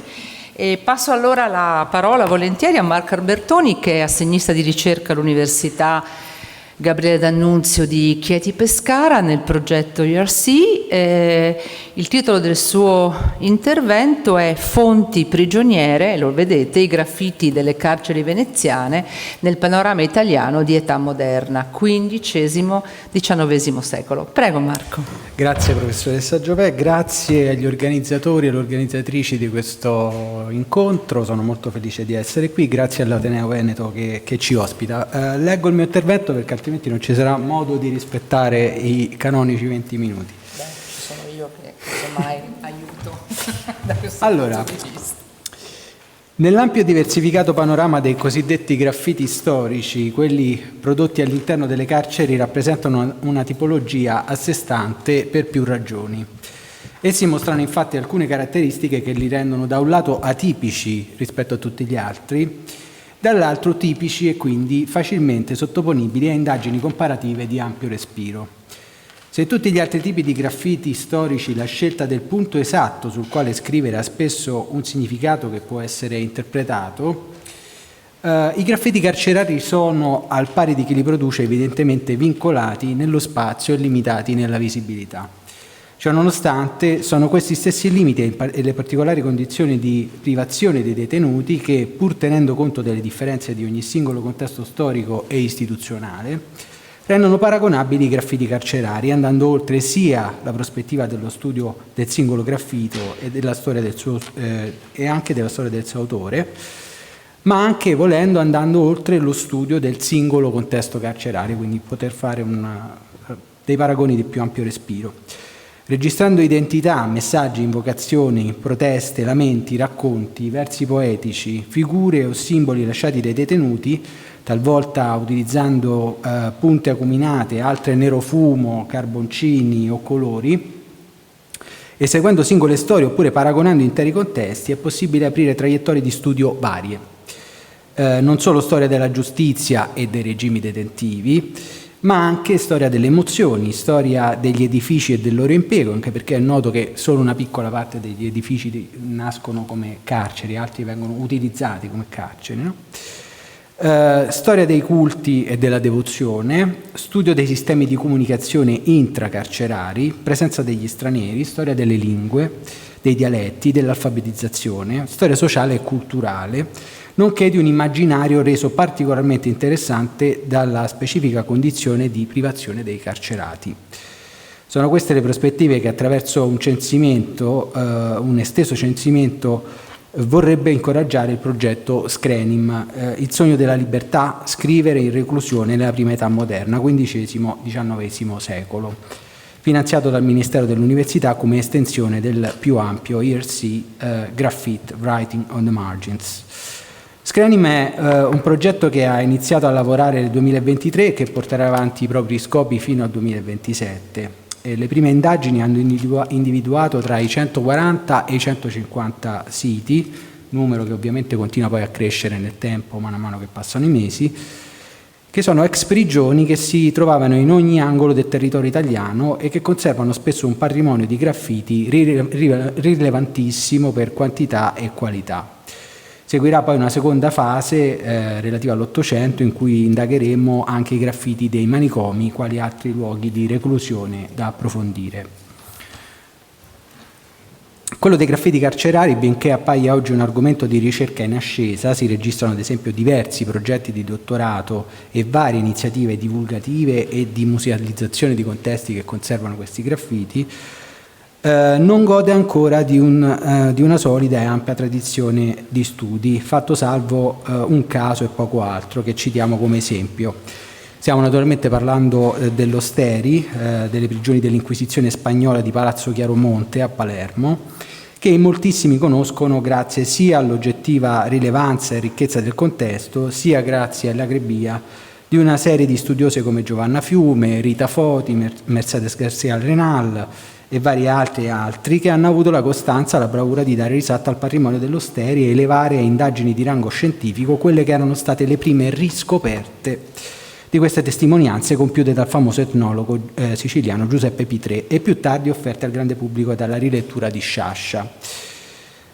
Era il 1904 quando Pitrè, scalpellando, riportò alla luce un patrimonio di testimonianze straordinario, sul quale tuttavia non ci soffermeremo.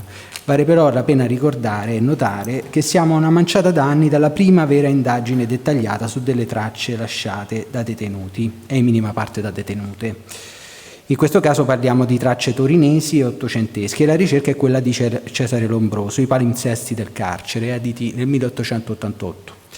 Opera che Lombroso faceva in qualche modo da appendice al suo ben più conosciuto precedente, L'uomo delinquente, pubblicato nel 76.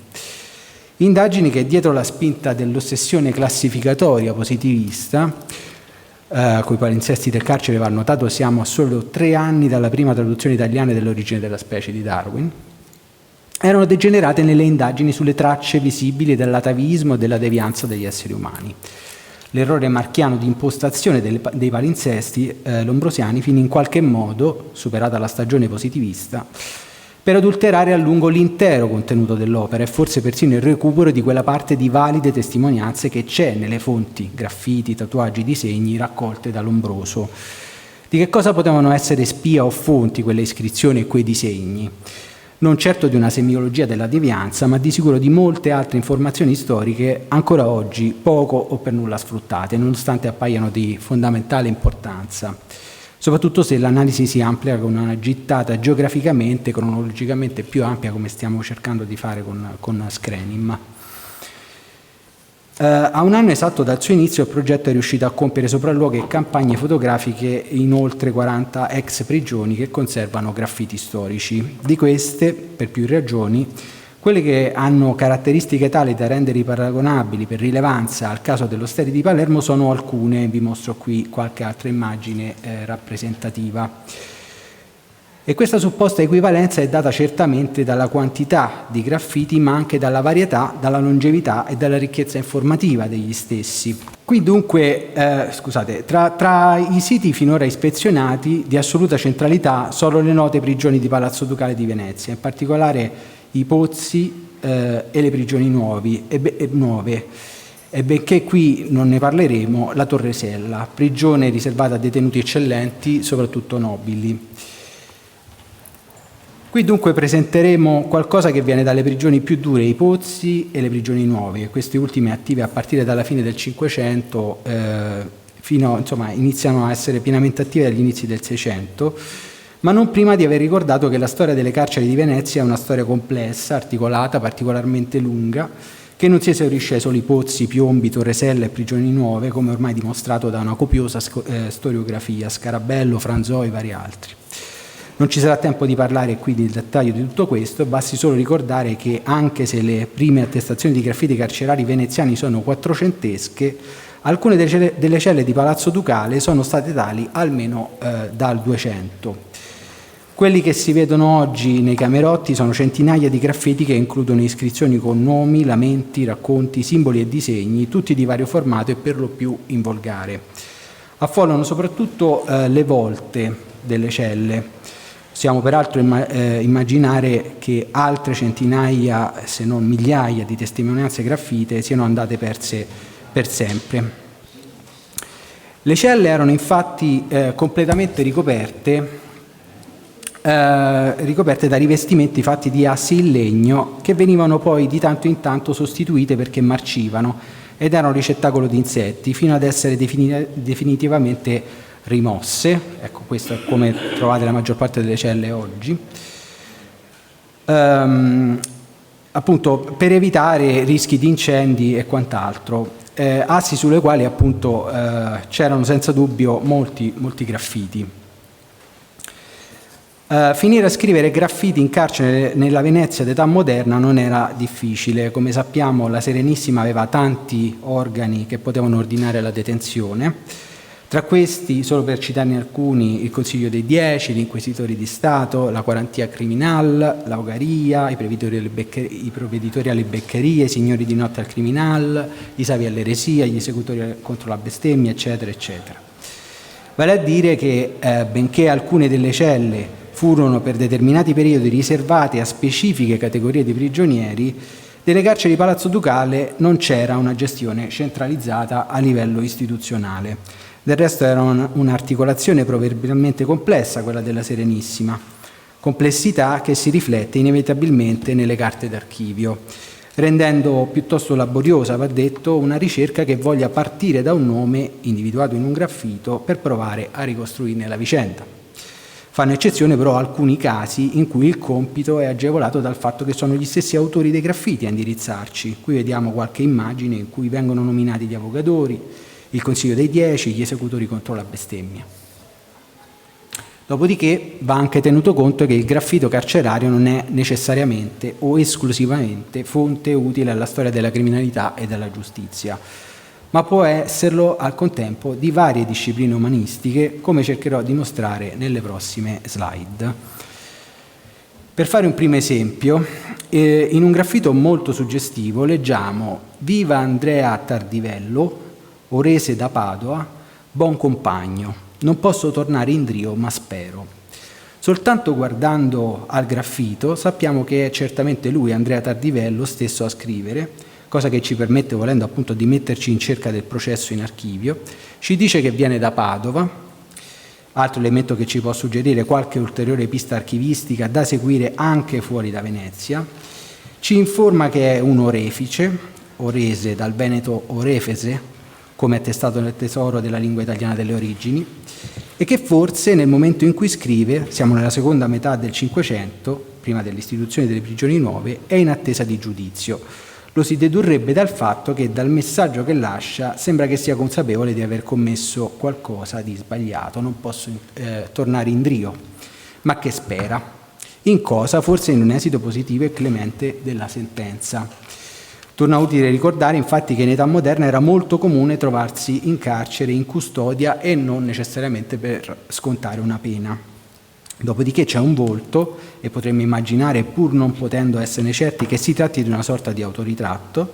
Poi c'è una figura assai più inquietante, probabilmente un demone, anche se è difficile dire a cosa allude esattamente.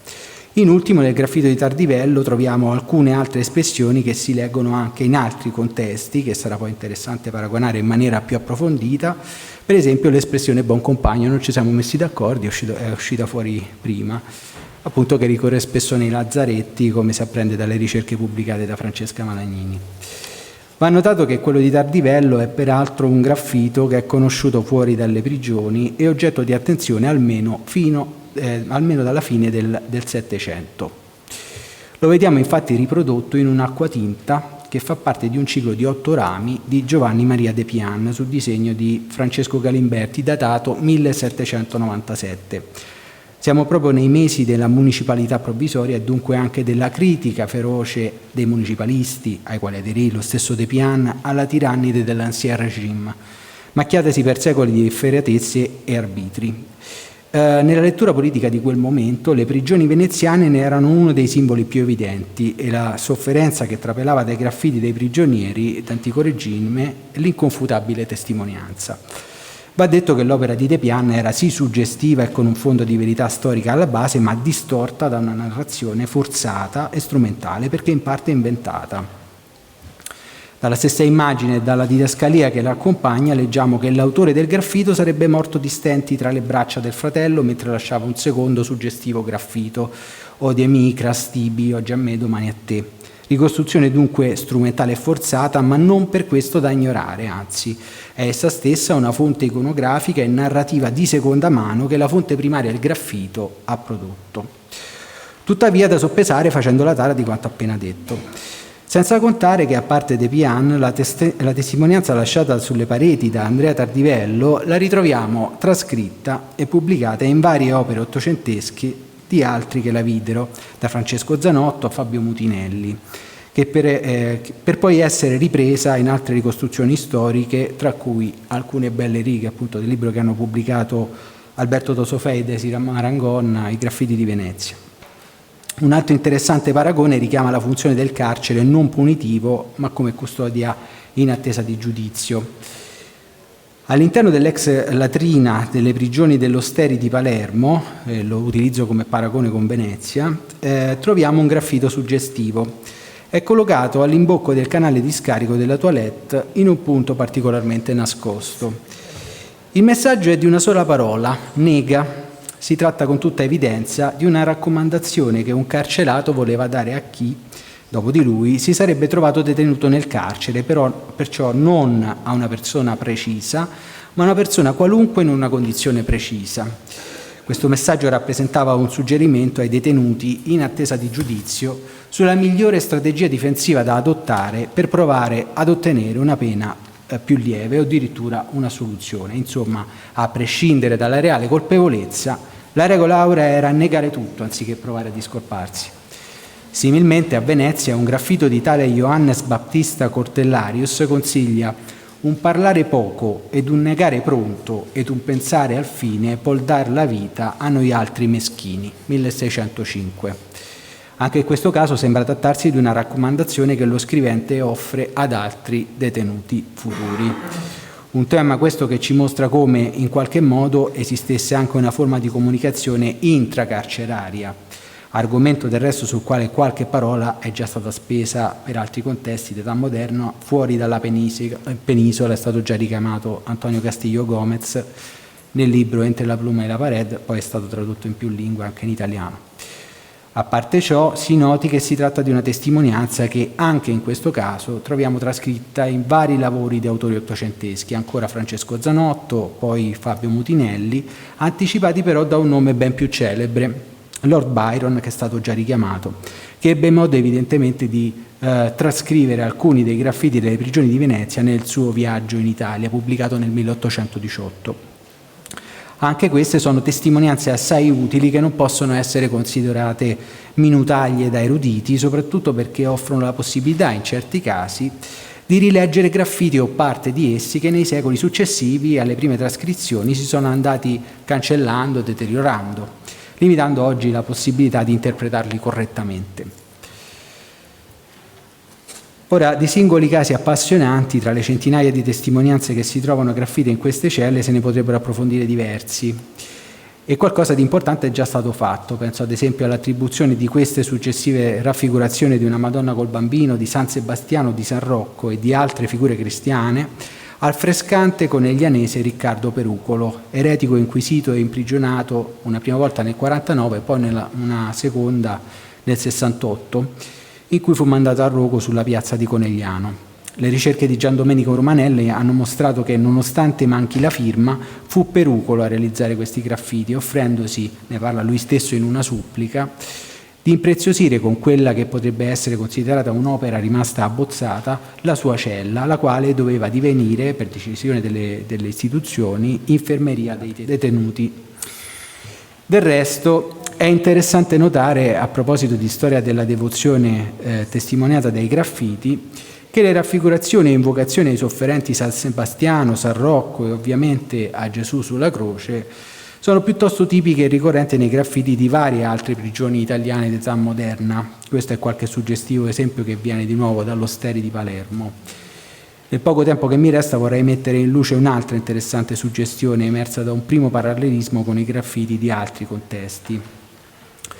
Per esempio, nelle prigioni nuove si intravede a caratteri grandi, benché in parte perduta, un'iscrizione che in un latino a dir poco claudicante usa parole come vivoron, con la N, consumatio bonoron, esperienze amicoron.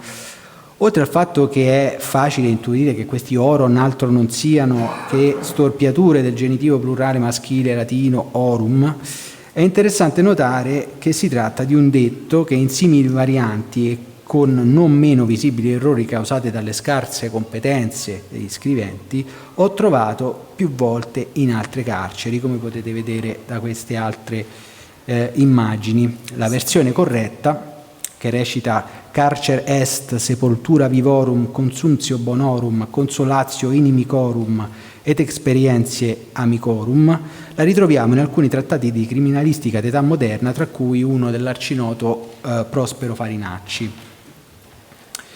Per concludere, le ricerche di Screnim iniziate da un anno non coprono il Novecento, benché le testimonianze all'interno di ex prigioni attive fino ai tempi relativamente recenti non mancherebbero.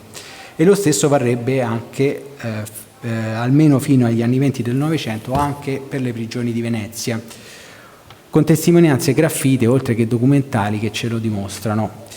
Che siano dalla prima età moderna o più tardi, però, i graffiti carcerari riportano alla nostra attenzione, oltre che un tipo di fonte ancora troppo poco sfruttata, un problema che è storico, ma che dai secoli scorsi irrompe nel nostro presente come uno dei più rilevanti convitati di pietra sociali dello Stato di diritto, il complesso e spinosissimo problema della funzione rieducativa e di reinserimento nella società della pena detentiva.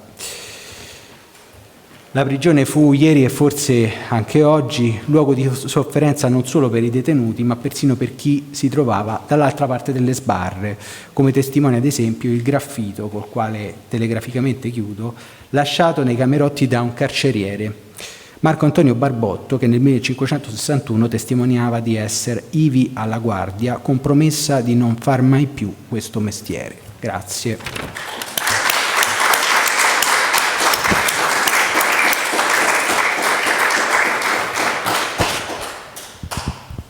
Grazie molte Marco Albertoni, mi hai fatto pensare a un tema che per me è molto caro. Insomma, io ho scritto una cosa alla quale sono molto affezionata sui graffiti carcerari e ho rivisto insomma molte immagini che conosco. Tra l'altro, a proposito dell'Osteri, c'è stata una grande opera di conservazione, restauro e musealizzazione di questi graffiti, per cui insomma sono un percorso visibile che è molto interessante, insomma consentono anche uno stare vis-à-vis che è molto utile.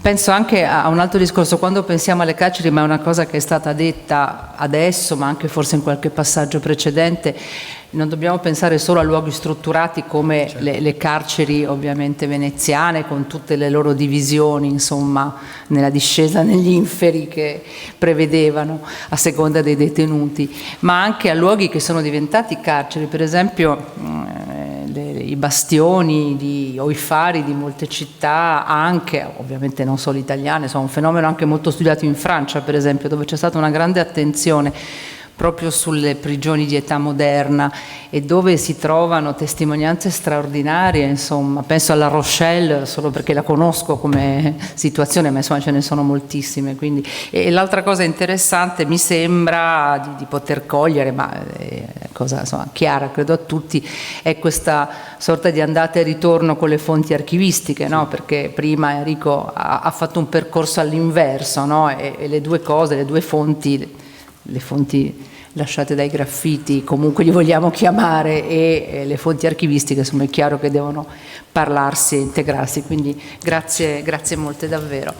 E cedo la parola a questo punto alla penultima relatrice del pomeriggio, Antonella Ondiemi, che è assegnista di ricerca sempre nell'ambito del più volte evocato progetto IRC e lavora con me all'Università di Padova, occupandosi di un progetto il cui titolo vedete da subito, perché è citato nel titolo appunto della sua relazione, I graffiti della Cappella degli Scrovegni di Padova, una panoramica. Prego Antonella. Grazie mille, grazie anche per l'invito, sono molto contenta di poter parlare della mia ricerca a questo evento così bello. Vi parlerò di Padova e non di Venezia, ma quando possibile farò anche dei riferimenti a Venezia, ci saranno. La Cappella degli Scrovegni, o meglio in maniera più esatta la chiesa di Santa Maria della Carità, detta comunemente anche Santa Maria dell'Arena, è un monumento celeberrimo che sicuramente conoscerete tutti e darei anche per scontato molti di voi avranno visitato almeno una volta nella vita, vista anche la vicinanza geografica. Fu edificata nei primissimi anni del Trecento per volere di Enrico degli Scrovegni, un personaggio molto influente sia dal punto di vista economico che politico, non solo a Padova ma in molti altri comuni del Veneto, tra cui particolarmente anche a Venezia. La cappella nacque come chiesa di palazzo, un edificio residenziale infatti era adiacente ad essa e quindi con la funzione, almeno teoricamente, di oratorio privato ad uso esclusivo di Enrico e della sua famiglia. Come ben saprete, la chiesa fu affrescata da Giotto, un artista di grandissima fama già al suo tempo, e fu consacrata nel 1305, anno in cui verosimilmente l'edificio era già completo. Dunque il fatto che già la decorazione pittorica di un edificio quantomeno teoricamente privato sia stata affidata ad un artista di grande fama come Giotto è già un fatto degno di nota. In realtà sappiamo che la cappella non rimase effettivamente appannaggio esclusivo del suo proprietario e dei suoi familiari, ma fu aperta al pubblico, almeno con certezza, per determinate occasioni durante l'anno, e addirittura qualcuno ritiene che fosse costantemente aperta ai fedeli, ma si tratta in realtà solo di ipotesi. D'altra parte, se l'edificio fosse stato davvero fruito privatamente, non si spiegherebbe neanche la presenza di graffiti al suo interno. La questione dell'apertura al pubblico dell'edificio è un tema importante, non solo per il periodo in cui la cappella fu di proprietaria della famiglia Scrovegni, quindi grosso modo con fasi alterne fino alla metà del XV secolo, ma anche per i secoli successivi. Perché? Perché i graffiti che si trovano all'interno della cappella ricoprono una cronologia molto ampia che va dal XIV secolo fino alla metà del Novecento.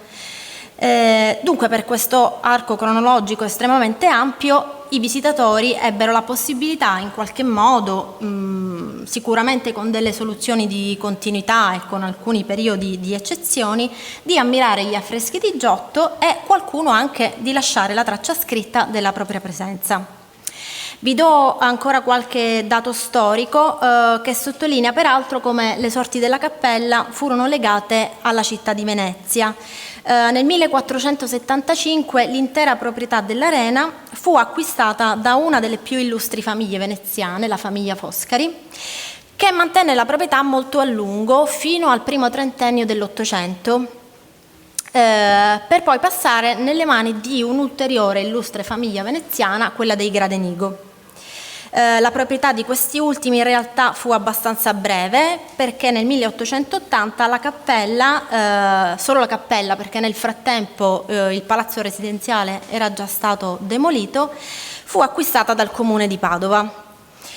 Ci tengo a sottolineare che i graffiti in questione sono quasi del tutto inediti.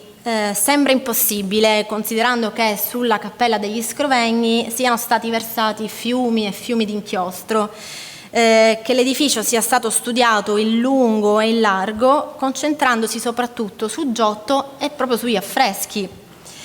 Eppure ad oggi non esiste uno studio sistematico sui graffiti, i quali anzi sono stati essenzialmente ignorati, come se non esistessero, e torniamo al discorso fatto in precedenza, o anche più esattamente come se fossero elementi di disturbo, come qualcosa che deturpava l'opera di Giotto.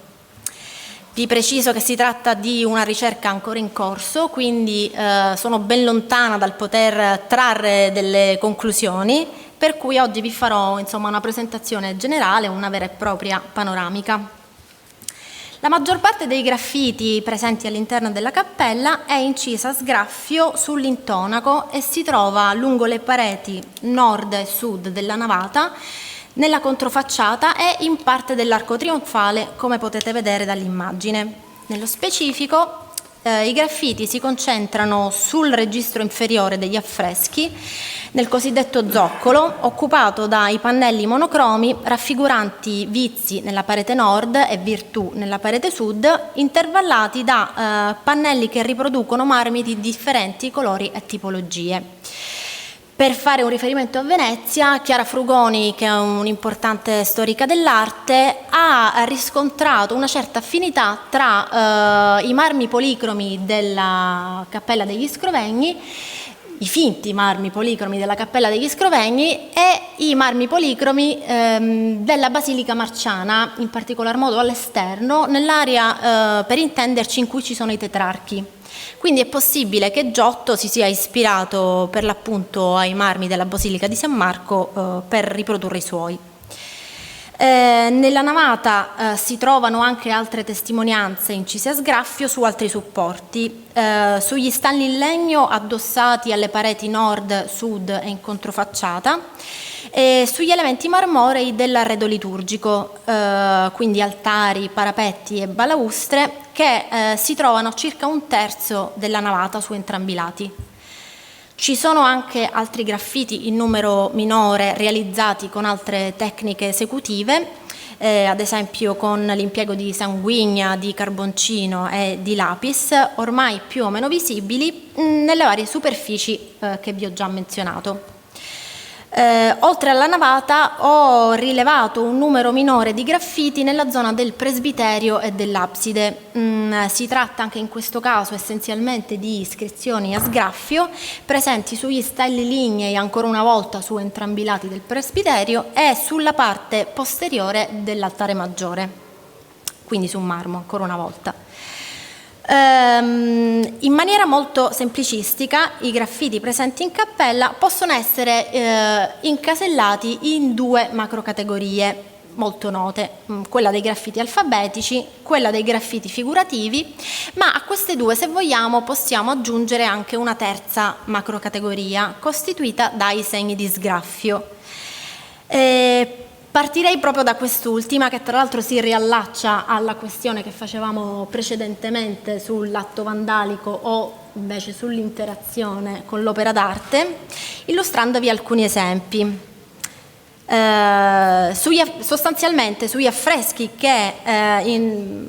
nei quali compaiono delle figure di valenza negativa, quindi sulle rappresentazioni dei vizi e sui personaggi che compaiono nell'affresco del giudizio universale, esclusivamente nella parte dei dannati, i visitatori hanno inciso dei segni, dei graffi semplicissimi che attestano appunto un'interazione, un dialogo tra lo spettatore e l'opera d'arte. Questi segni ci fanno capire inoltre che nella maggior parte dei casi i visitatori capivano perfettamente ciò che avevano davanti agli occhi e di conseguenza manifestavano la propria reazione di dissenso, in questo caso con l'intento probabilmente di esorcizzare quelle figure operando una sorta di damnatio memoriae. Non è un caso infatti che questi segni si concentrino soprattutto sui volti dei personaggi e in particolar modo sugli occhi e sulla bocca, con l'intento di fatto di cancellarli. Si tratta quindi di una partecipazione diretta molto significativa che non aveva la necessità di tradursi in parole, ma si manifestava come segno semplice ma carico di significato. Nelle foto potete osservare il pannello che raffigura l'ingiustizia. I segni di sgraffio si concentrano, come vi ho detto, sul volto della figura, quindi sugli occhi e sulla bocca, ma in questo caso si trovano anche nella parte inferiore del pannello, occupato da una scena che rappresenta, sulla base del significato dell'affresco, gli effetti negativi di una società dominata dall'ingiustizia. Si può osservare infatti una scena di aggressione nella quale i malviventi sono stati privati totalmente dei volti, mentre altri segni di sgraffio si ritrovano anche sulle gambe degli stessi malviventi e sulle loro lance. La stessa cosa si può osservare ad esempio sulla raffigurazione dell'invidia. Anche qui i segni di sgraffio si concentrano sugli occhi, la bocca e sul serpente che fuoriesce dalla bocca, e in questo caso anche sulla borsa di denari che la figura porta in mano. Passo brevemente anche sulla desperatio, stesso trattamento, volto, corda usata per impiccare, e sul demone che si trova alla sinistra della figura. E infine nel pannello, nella scena che rappresenta il giudizio universale, sul lato dei dannati, come si può osservare, i segni di sgraffio si concentrano sugli occhi non solo dei demoni, ma dei dannati stessi. Purtroppo la maggior parte di questi segni di sgraffio sono molto attenuati rispetto al loro aspetto originale, in conseguenza di molti interventi di restauro, però per fortuna sono ancora visibili. Passando a un'altra macro categoria di graffiti, passiamo quindi ai graffiti alfabetici. Si va da singole lettere, singole parole a testi di breve e media lunghezza. Generalmente in realtà non ci sono graffiti con testi lunghissimi in cappella, se non con poche eccezioni. Possiamo dire che una buona parte dei graffiti alfabetici, nel nostro caso, sia costituita dai nomi dei visitatori che intendevano lasciare traccia della loro presenza, talvolta introdotti o seguiti dalla ricorrente formula hic fuit, fui qui, accompagnati o meno da ulteriori dettagli, sia testuali che figurativi. Si nota una presenza rilevante di nomi stranieri, probabilmente imputabili da un lato alla grandissima fama di Giotto, ma anche e soprattutto all'ampia circolazione di studenti e docenti dell'Università di Padova. È interessante soffermarsi anche sulla localizzazione dei graffiti di questo tipo all'interno dell'edificio, che talvolta era dettata semplicemente da questioni di ordine pratico, banalmente ci si appropriava dello spazio libero a disposizione, mentre in alcuni casi è dettata da scelte specifiche. Vi mostro come esempio 3 graffiti di uno stesso scrivente lasciati intenzionalmente in punti specifici scelti con cura. Il primo dei graffiti si trova nella parete sud, quindi la parete nella quale si trovano le virtù, in particolare nel pannello che raffigura la prudenza. La scelta tra l'altro non sembra affatto casuale, si tratta di una cornice perfetta costituita dalla parte superiore dello scrittoio. Non so se riuscite a leggere, comunque oltre al testo è presente anche uno stemma araldico che si ritroverà anche negli altri graffiti. Il secondo infatti si trova nel notissimo pannello che raffigura la speranza. Evidentemente in questo caso suppongo che, viste le dimensioni e la posizione del graffito, qualche questione di ordine pratico potrebbe aver influito. Anche in questo caso si ritrova lo stemma araldico. L'ultimo caso, siamo nei pannelli, in uno dei pannelli che si trova sotto il giudizio universale dal lato dei beati. In questo caso le dimensioni sono piuttosto notevoli e direi che la posizione è anche quella più significativa.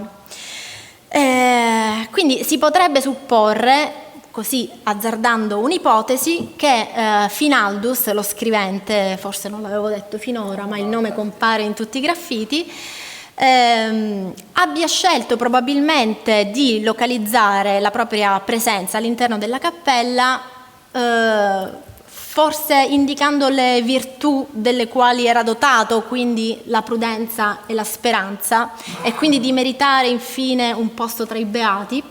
Oppure, azzardando un'ulteriore ipotesi, si potrebbe pensare che, considerando che la prudenza è la prima delle virtù rappresentate e che la speranza sia l'ultima, è possibile che ci abbia voluto dire di essere dotato di tutte le virtù presenti nella parete e quindi a maggior ragione di meritare un posto tra i beati. Usa la modestia.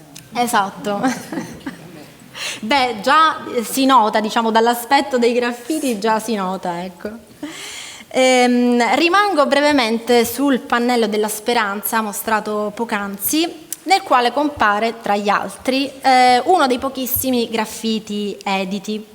Il testo è piuttosto breve, attesta la presenza con la formula ricorrente hic fuit, anzi in questo caso invertita, fuit hic, di un certo Johannes de Spira.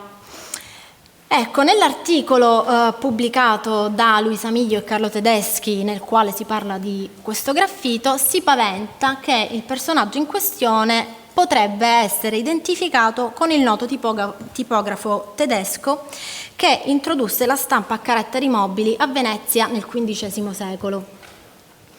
Un'identificazione di questo tipo sarebbe certamente di un certo rilievo e certamente allettante.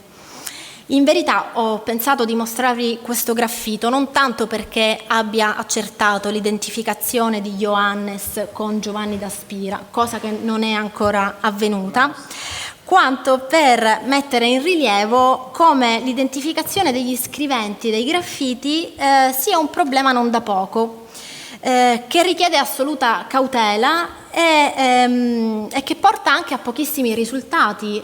Di fatto l'identificazione degli scriventi di graffiti che si riesce ad attestare sicuramente è sicuramente una percentuale bassissima.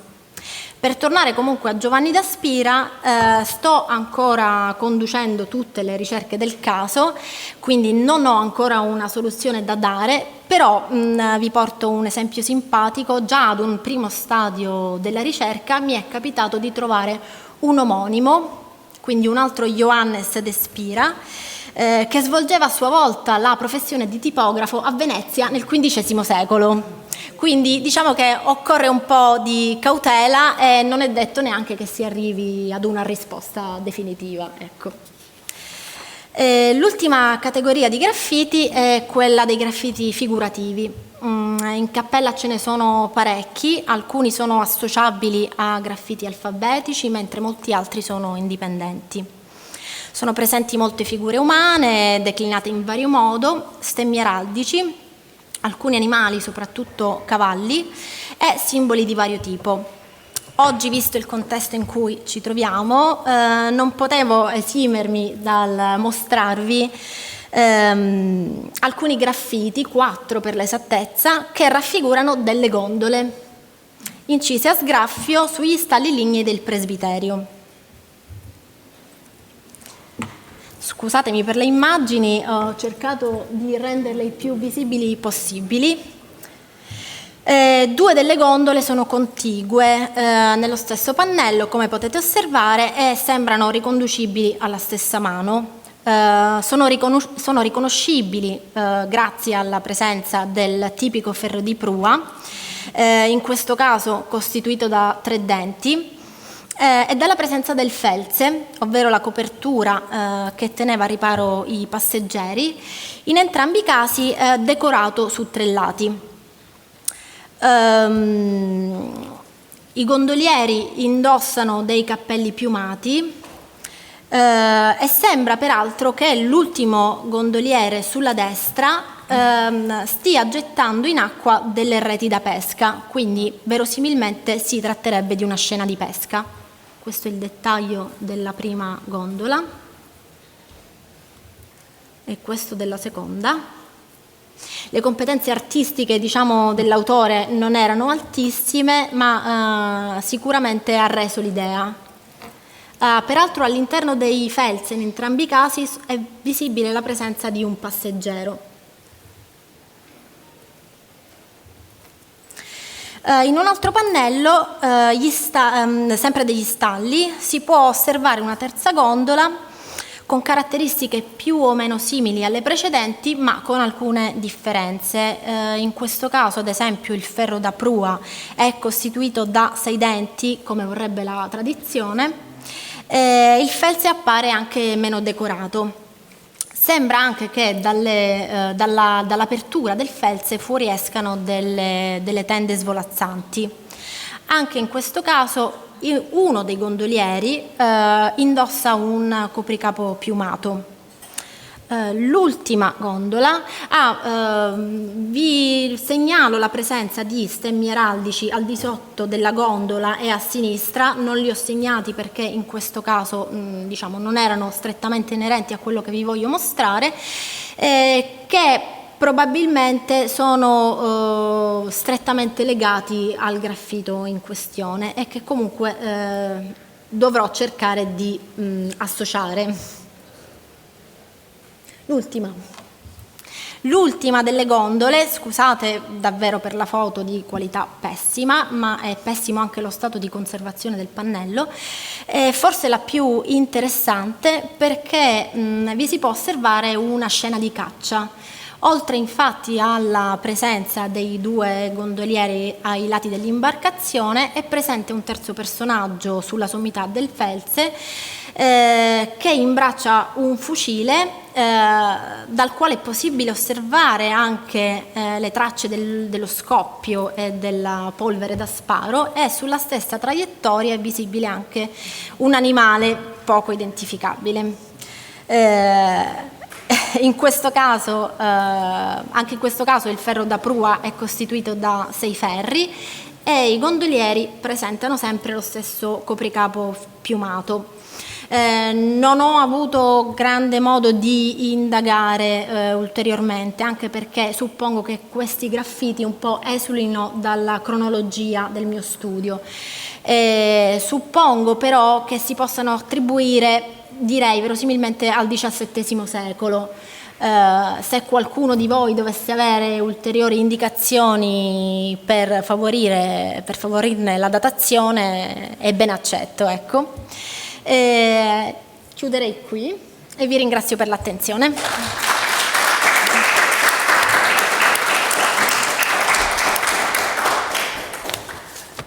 Grazie molte Antonella, insomma, le cose che hai fatto vedere le condividiamo molto spesso, quindi le conosco bene, mi sono note, ma mi fa piacere che ci si sia un po' spostati nella cronologia, perché fino adesso abbiamo parlato di età moderna, addirittura della contemporaneità, e io soffrivo un po', adesso mi sento un pochino più tranquilla, anche perché trovo che da questa relazione venga fuori anche una questione che è stata così richiamata naturalmente anche da altri, però che si pone in maniera molto forte, che è la questione dell'analisi paleografica di questi.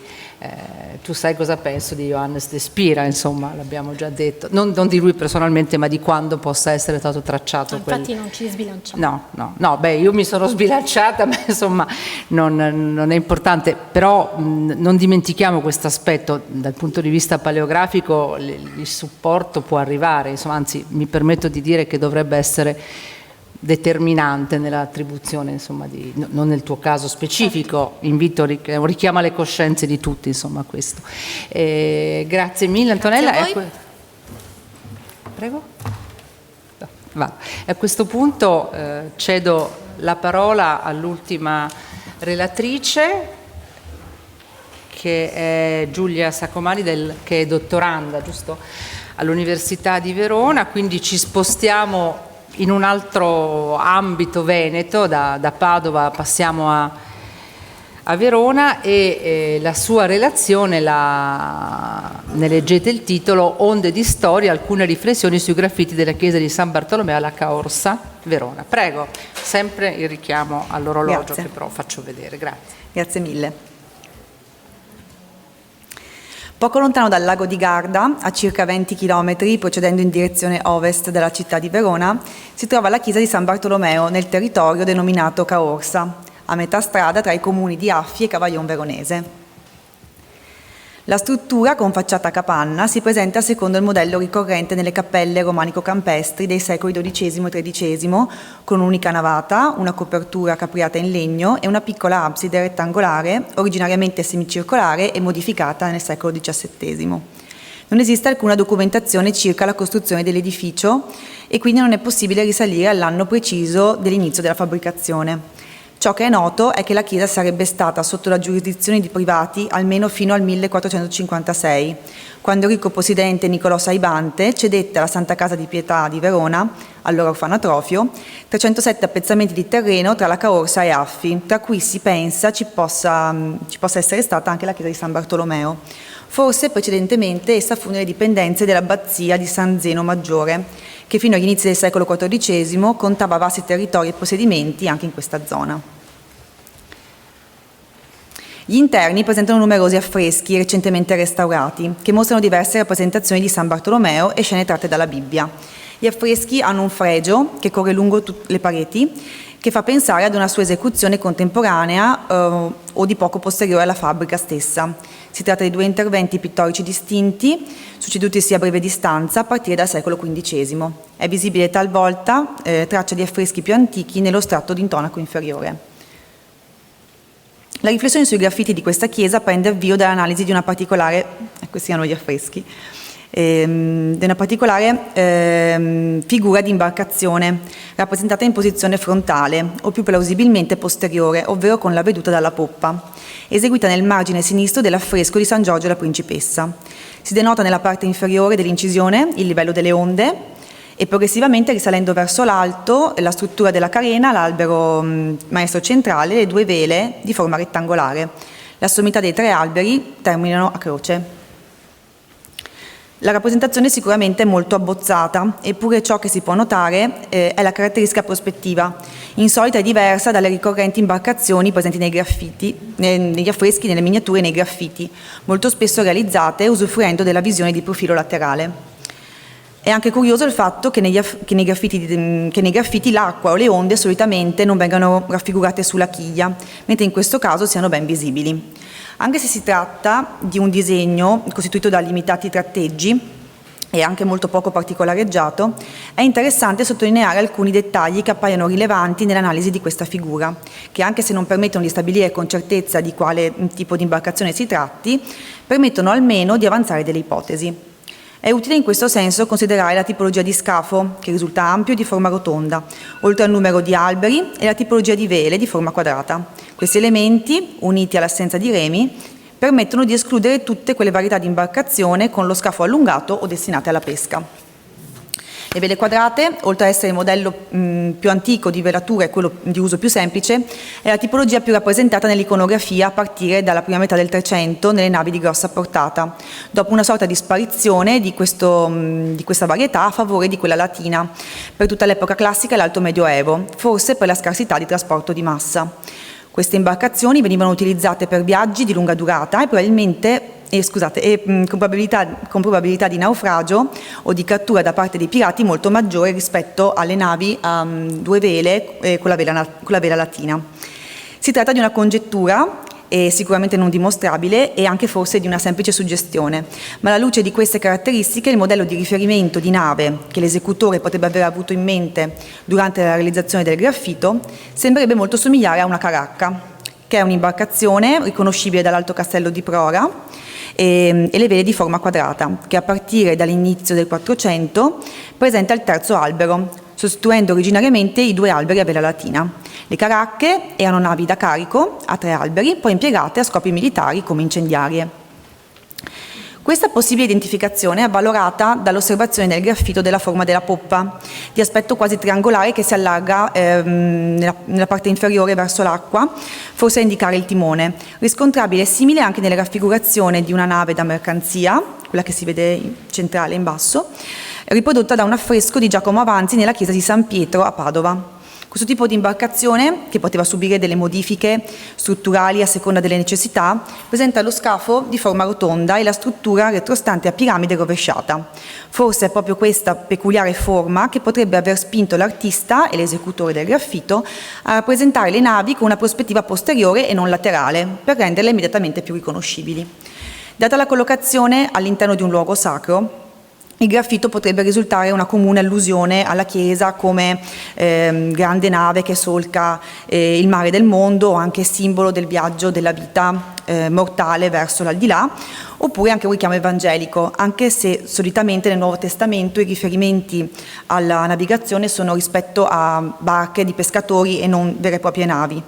Potrebbe anche svolgere la funzione di un ex voto, come una sorta di ringraziamento per aver avuto salva la vita dopo un viaggio, oppure un augurio prima di una partenza.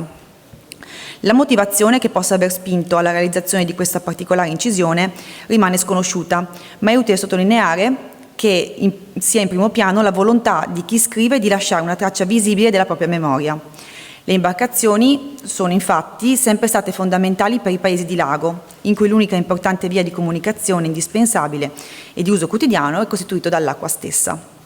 La zona di Affi, Si trova in un vero e proprio crocevia tra Lago di Garda e Fiume Adige, per cui non è difficile immaginare che nella cultura grafica dello scrivente fosse ben chiaro un modello di imbarcazione che egli potrebbe aver eseguito a memoria e non copiato da un disegno di riferimento. È verosimile pensare che costui possa aver visto dal vivo questo tipo di nave, anche se non è tipicamente presente nelle acque dolci. È possibile tentare un'ammissibile ricostruzione del periodo storico in cui il graffito venne eseguito alla luce delle altre numerose iscrizioni presenti nella chiesa. Le pareti infatti sono ricchissime di testimonianze incise a sgraffio sull'intonaco degli affreschi con diverse datazioni: 1487, 1431, 1492, che si vede qui, 1541. Sono identificabili numerosi graffiti devozionali con indicazioni di nomi accompagnati da luoghi di provenienza e datazione della visita, eseguiti da pellegrini o visitatori occasionali del luogo di culto, oltre a una varietà di disegni, decorazioni, iniziali, monogrammi e alcuni graffiti commemorativi anche di natura fiscale. In questo caso si vede Ludovico di Bargnano, che è una località vicino a Brescia, e ritorna per 3 volte in 3 luoghi diversi della chiesa. Bartolomeo Bevilacqua Lazzise, di una famiglia aristocratica molto importante di Verona, Cristofano Malavexi, con la data 1487, data 1446, un monogramma e il simbolo degli scaligeri. Questo invece è una notazione che fa riferimento al minale o mina, che è un'unità di misura che si misura in litri, L, per quanto riguarda i cereali e le materie secche. Il minale veniva impiegato a Verona e nei territori della provincia per pagare le tasse dovute alle autorità sul commercio pubblico e anche come base per retribuire i mugnai. Questa è un'altra notazione che vorrei approfondire, forse tratta del passaggio delle truppe francesi a Verona, ma non vorrei sbilanciarmi su questo aspetto al momento. Altre annotazioni con delle date, poi seguono anche altri disegni. Sono presenti anche frequenti decorazioni a forma di fiore sulla Natività e su San Giorgio la Principessa, che per la particolare tipologia di petali e per la loro disposizione nello spazio ricordano un pochino quelli incisi nel chiostro di San Zeno Maggiore a Verona, con la data 1436. Queste attestazioni, considerate nel loro insieme, permettono di ricollegare l'esecuzione dei graffiti al complesso periodo storico delle battaglie che insanguinarono le terre veronesi a partire dal 1438, a causa del conflitto tra Venezia e Milano. La zona del Lago di Garda e la non lontana città di Verona hanno sempre giocato un ruolo importante a livello di comunicazioni, non solo per la posizione strategica di Porta d'Italia e di snodo di collegamento tra Germania e Pianura Padana, ma soprattutto per la posizione intermedia tra Milano e Venezia. Dopo la caduta degli Scaligeri si aprirono i dissidi tra Serenissima e Visconti per le mire che questi mostrarono su Verona e Mantova e a partire dal 1437, dopo una tregua di circa 9 anni, furono riprese le ostilità. In quest'epoca un avvenimento straordinario fu il transito di una flotta comprendente 6 galee e 25 navi che risalì l'Adige da Venezia, passando per Verona e raggiunse quasi Rovereto per essere poi trasportata fino al lago di Garda via terra, superando la cresta del Monte Baldo attraverso il passaggio di Loppio, trainata da 2000 buoi. Il viaggio durò 15 giorni ed è noto come l'impresa delle Galeas per Montes. I veneziani attivarono questa strategia per aggirare il nemico attraverso le montagne che cingono la parte settentrionale del Garda in un momento in cui raggiungere il lago attraverso il Po e il Mincio sarebbe stato impossibile dal momento che Milano aveva di fatto il possesso della terra tra Peschiera e Mantova. La flotta fu impiegata nel lago per contrastare quella milanese e per soccorrere Brescia, ottenendo il maggior successo in uno scontro presso riva del Garda che costrinse la città alla resa. Nella famosa carta geografica detta dell'Almagià, forse ascrivibile al 1465 o secondo altri studi anche al 1441, la valle di Loppio è caratterizzata da una fila di navi che la percorrono, come si vede nell'immagine. Questo è indicazione del fatto che l'evento fosse ancora particolarmente vivo e sentito nella memoria anche delle epoche successive all'avvenimento. Il 16 novembre 1439 Verona fu assalita e le truppe veneziane chiamate in aiuto riuscirono a respingere la milizia nemica. La città tornò quindi completamente libera e con la fine della guerra Verona godette di un lungo periodo di tranquillità che si protrasse fino al 1501, quando la Serenissima fu attaccata dalle potenze della Lega di Cambrai, con lo scopo di togliere a Venezia il dominio della terraferma. Nel 1508 i veneziani fortificarono la città, ma nel frattempo cominciarono a subire le prime sconfitte e la Repubblica Veneta sciolse il 31 maggio 1509 i veronesi dal giuramento di fedeltà, togliendoli dal pericolo di sembrare infedeli, mettendo fine al periodo della dominazione veneziana sul territorio veronese che è iniziata nel 1405 con quella che venne presentata come una spontanea dedizione, ma che fu invece un'annessione, con cui Verona venne inglobata nei domini della Repubblica di Venezia.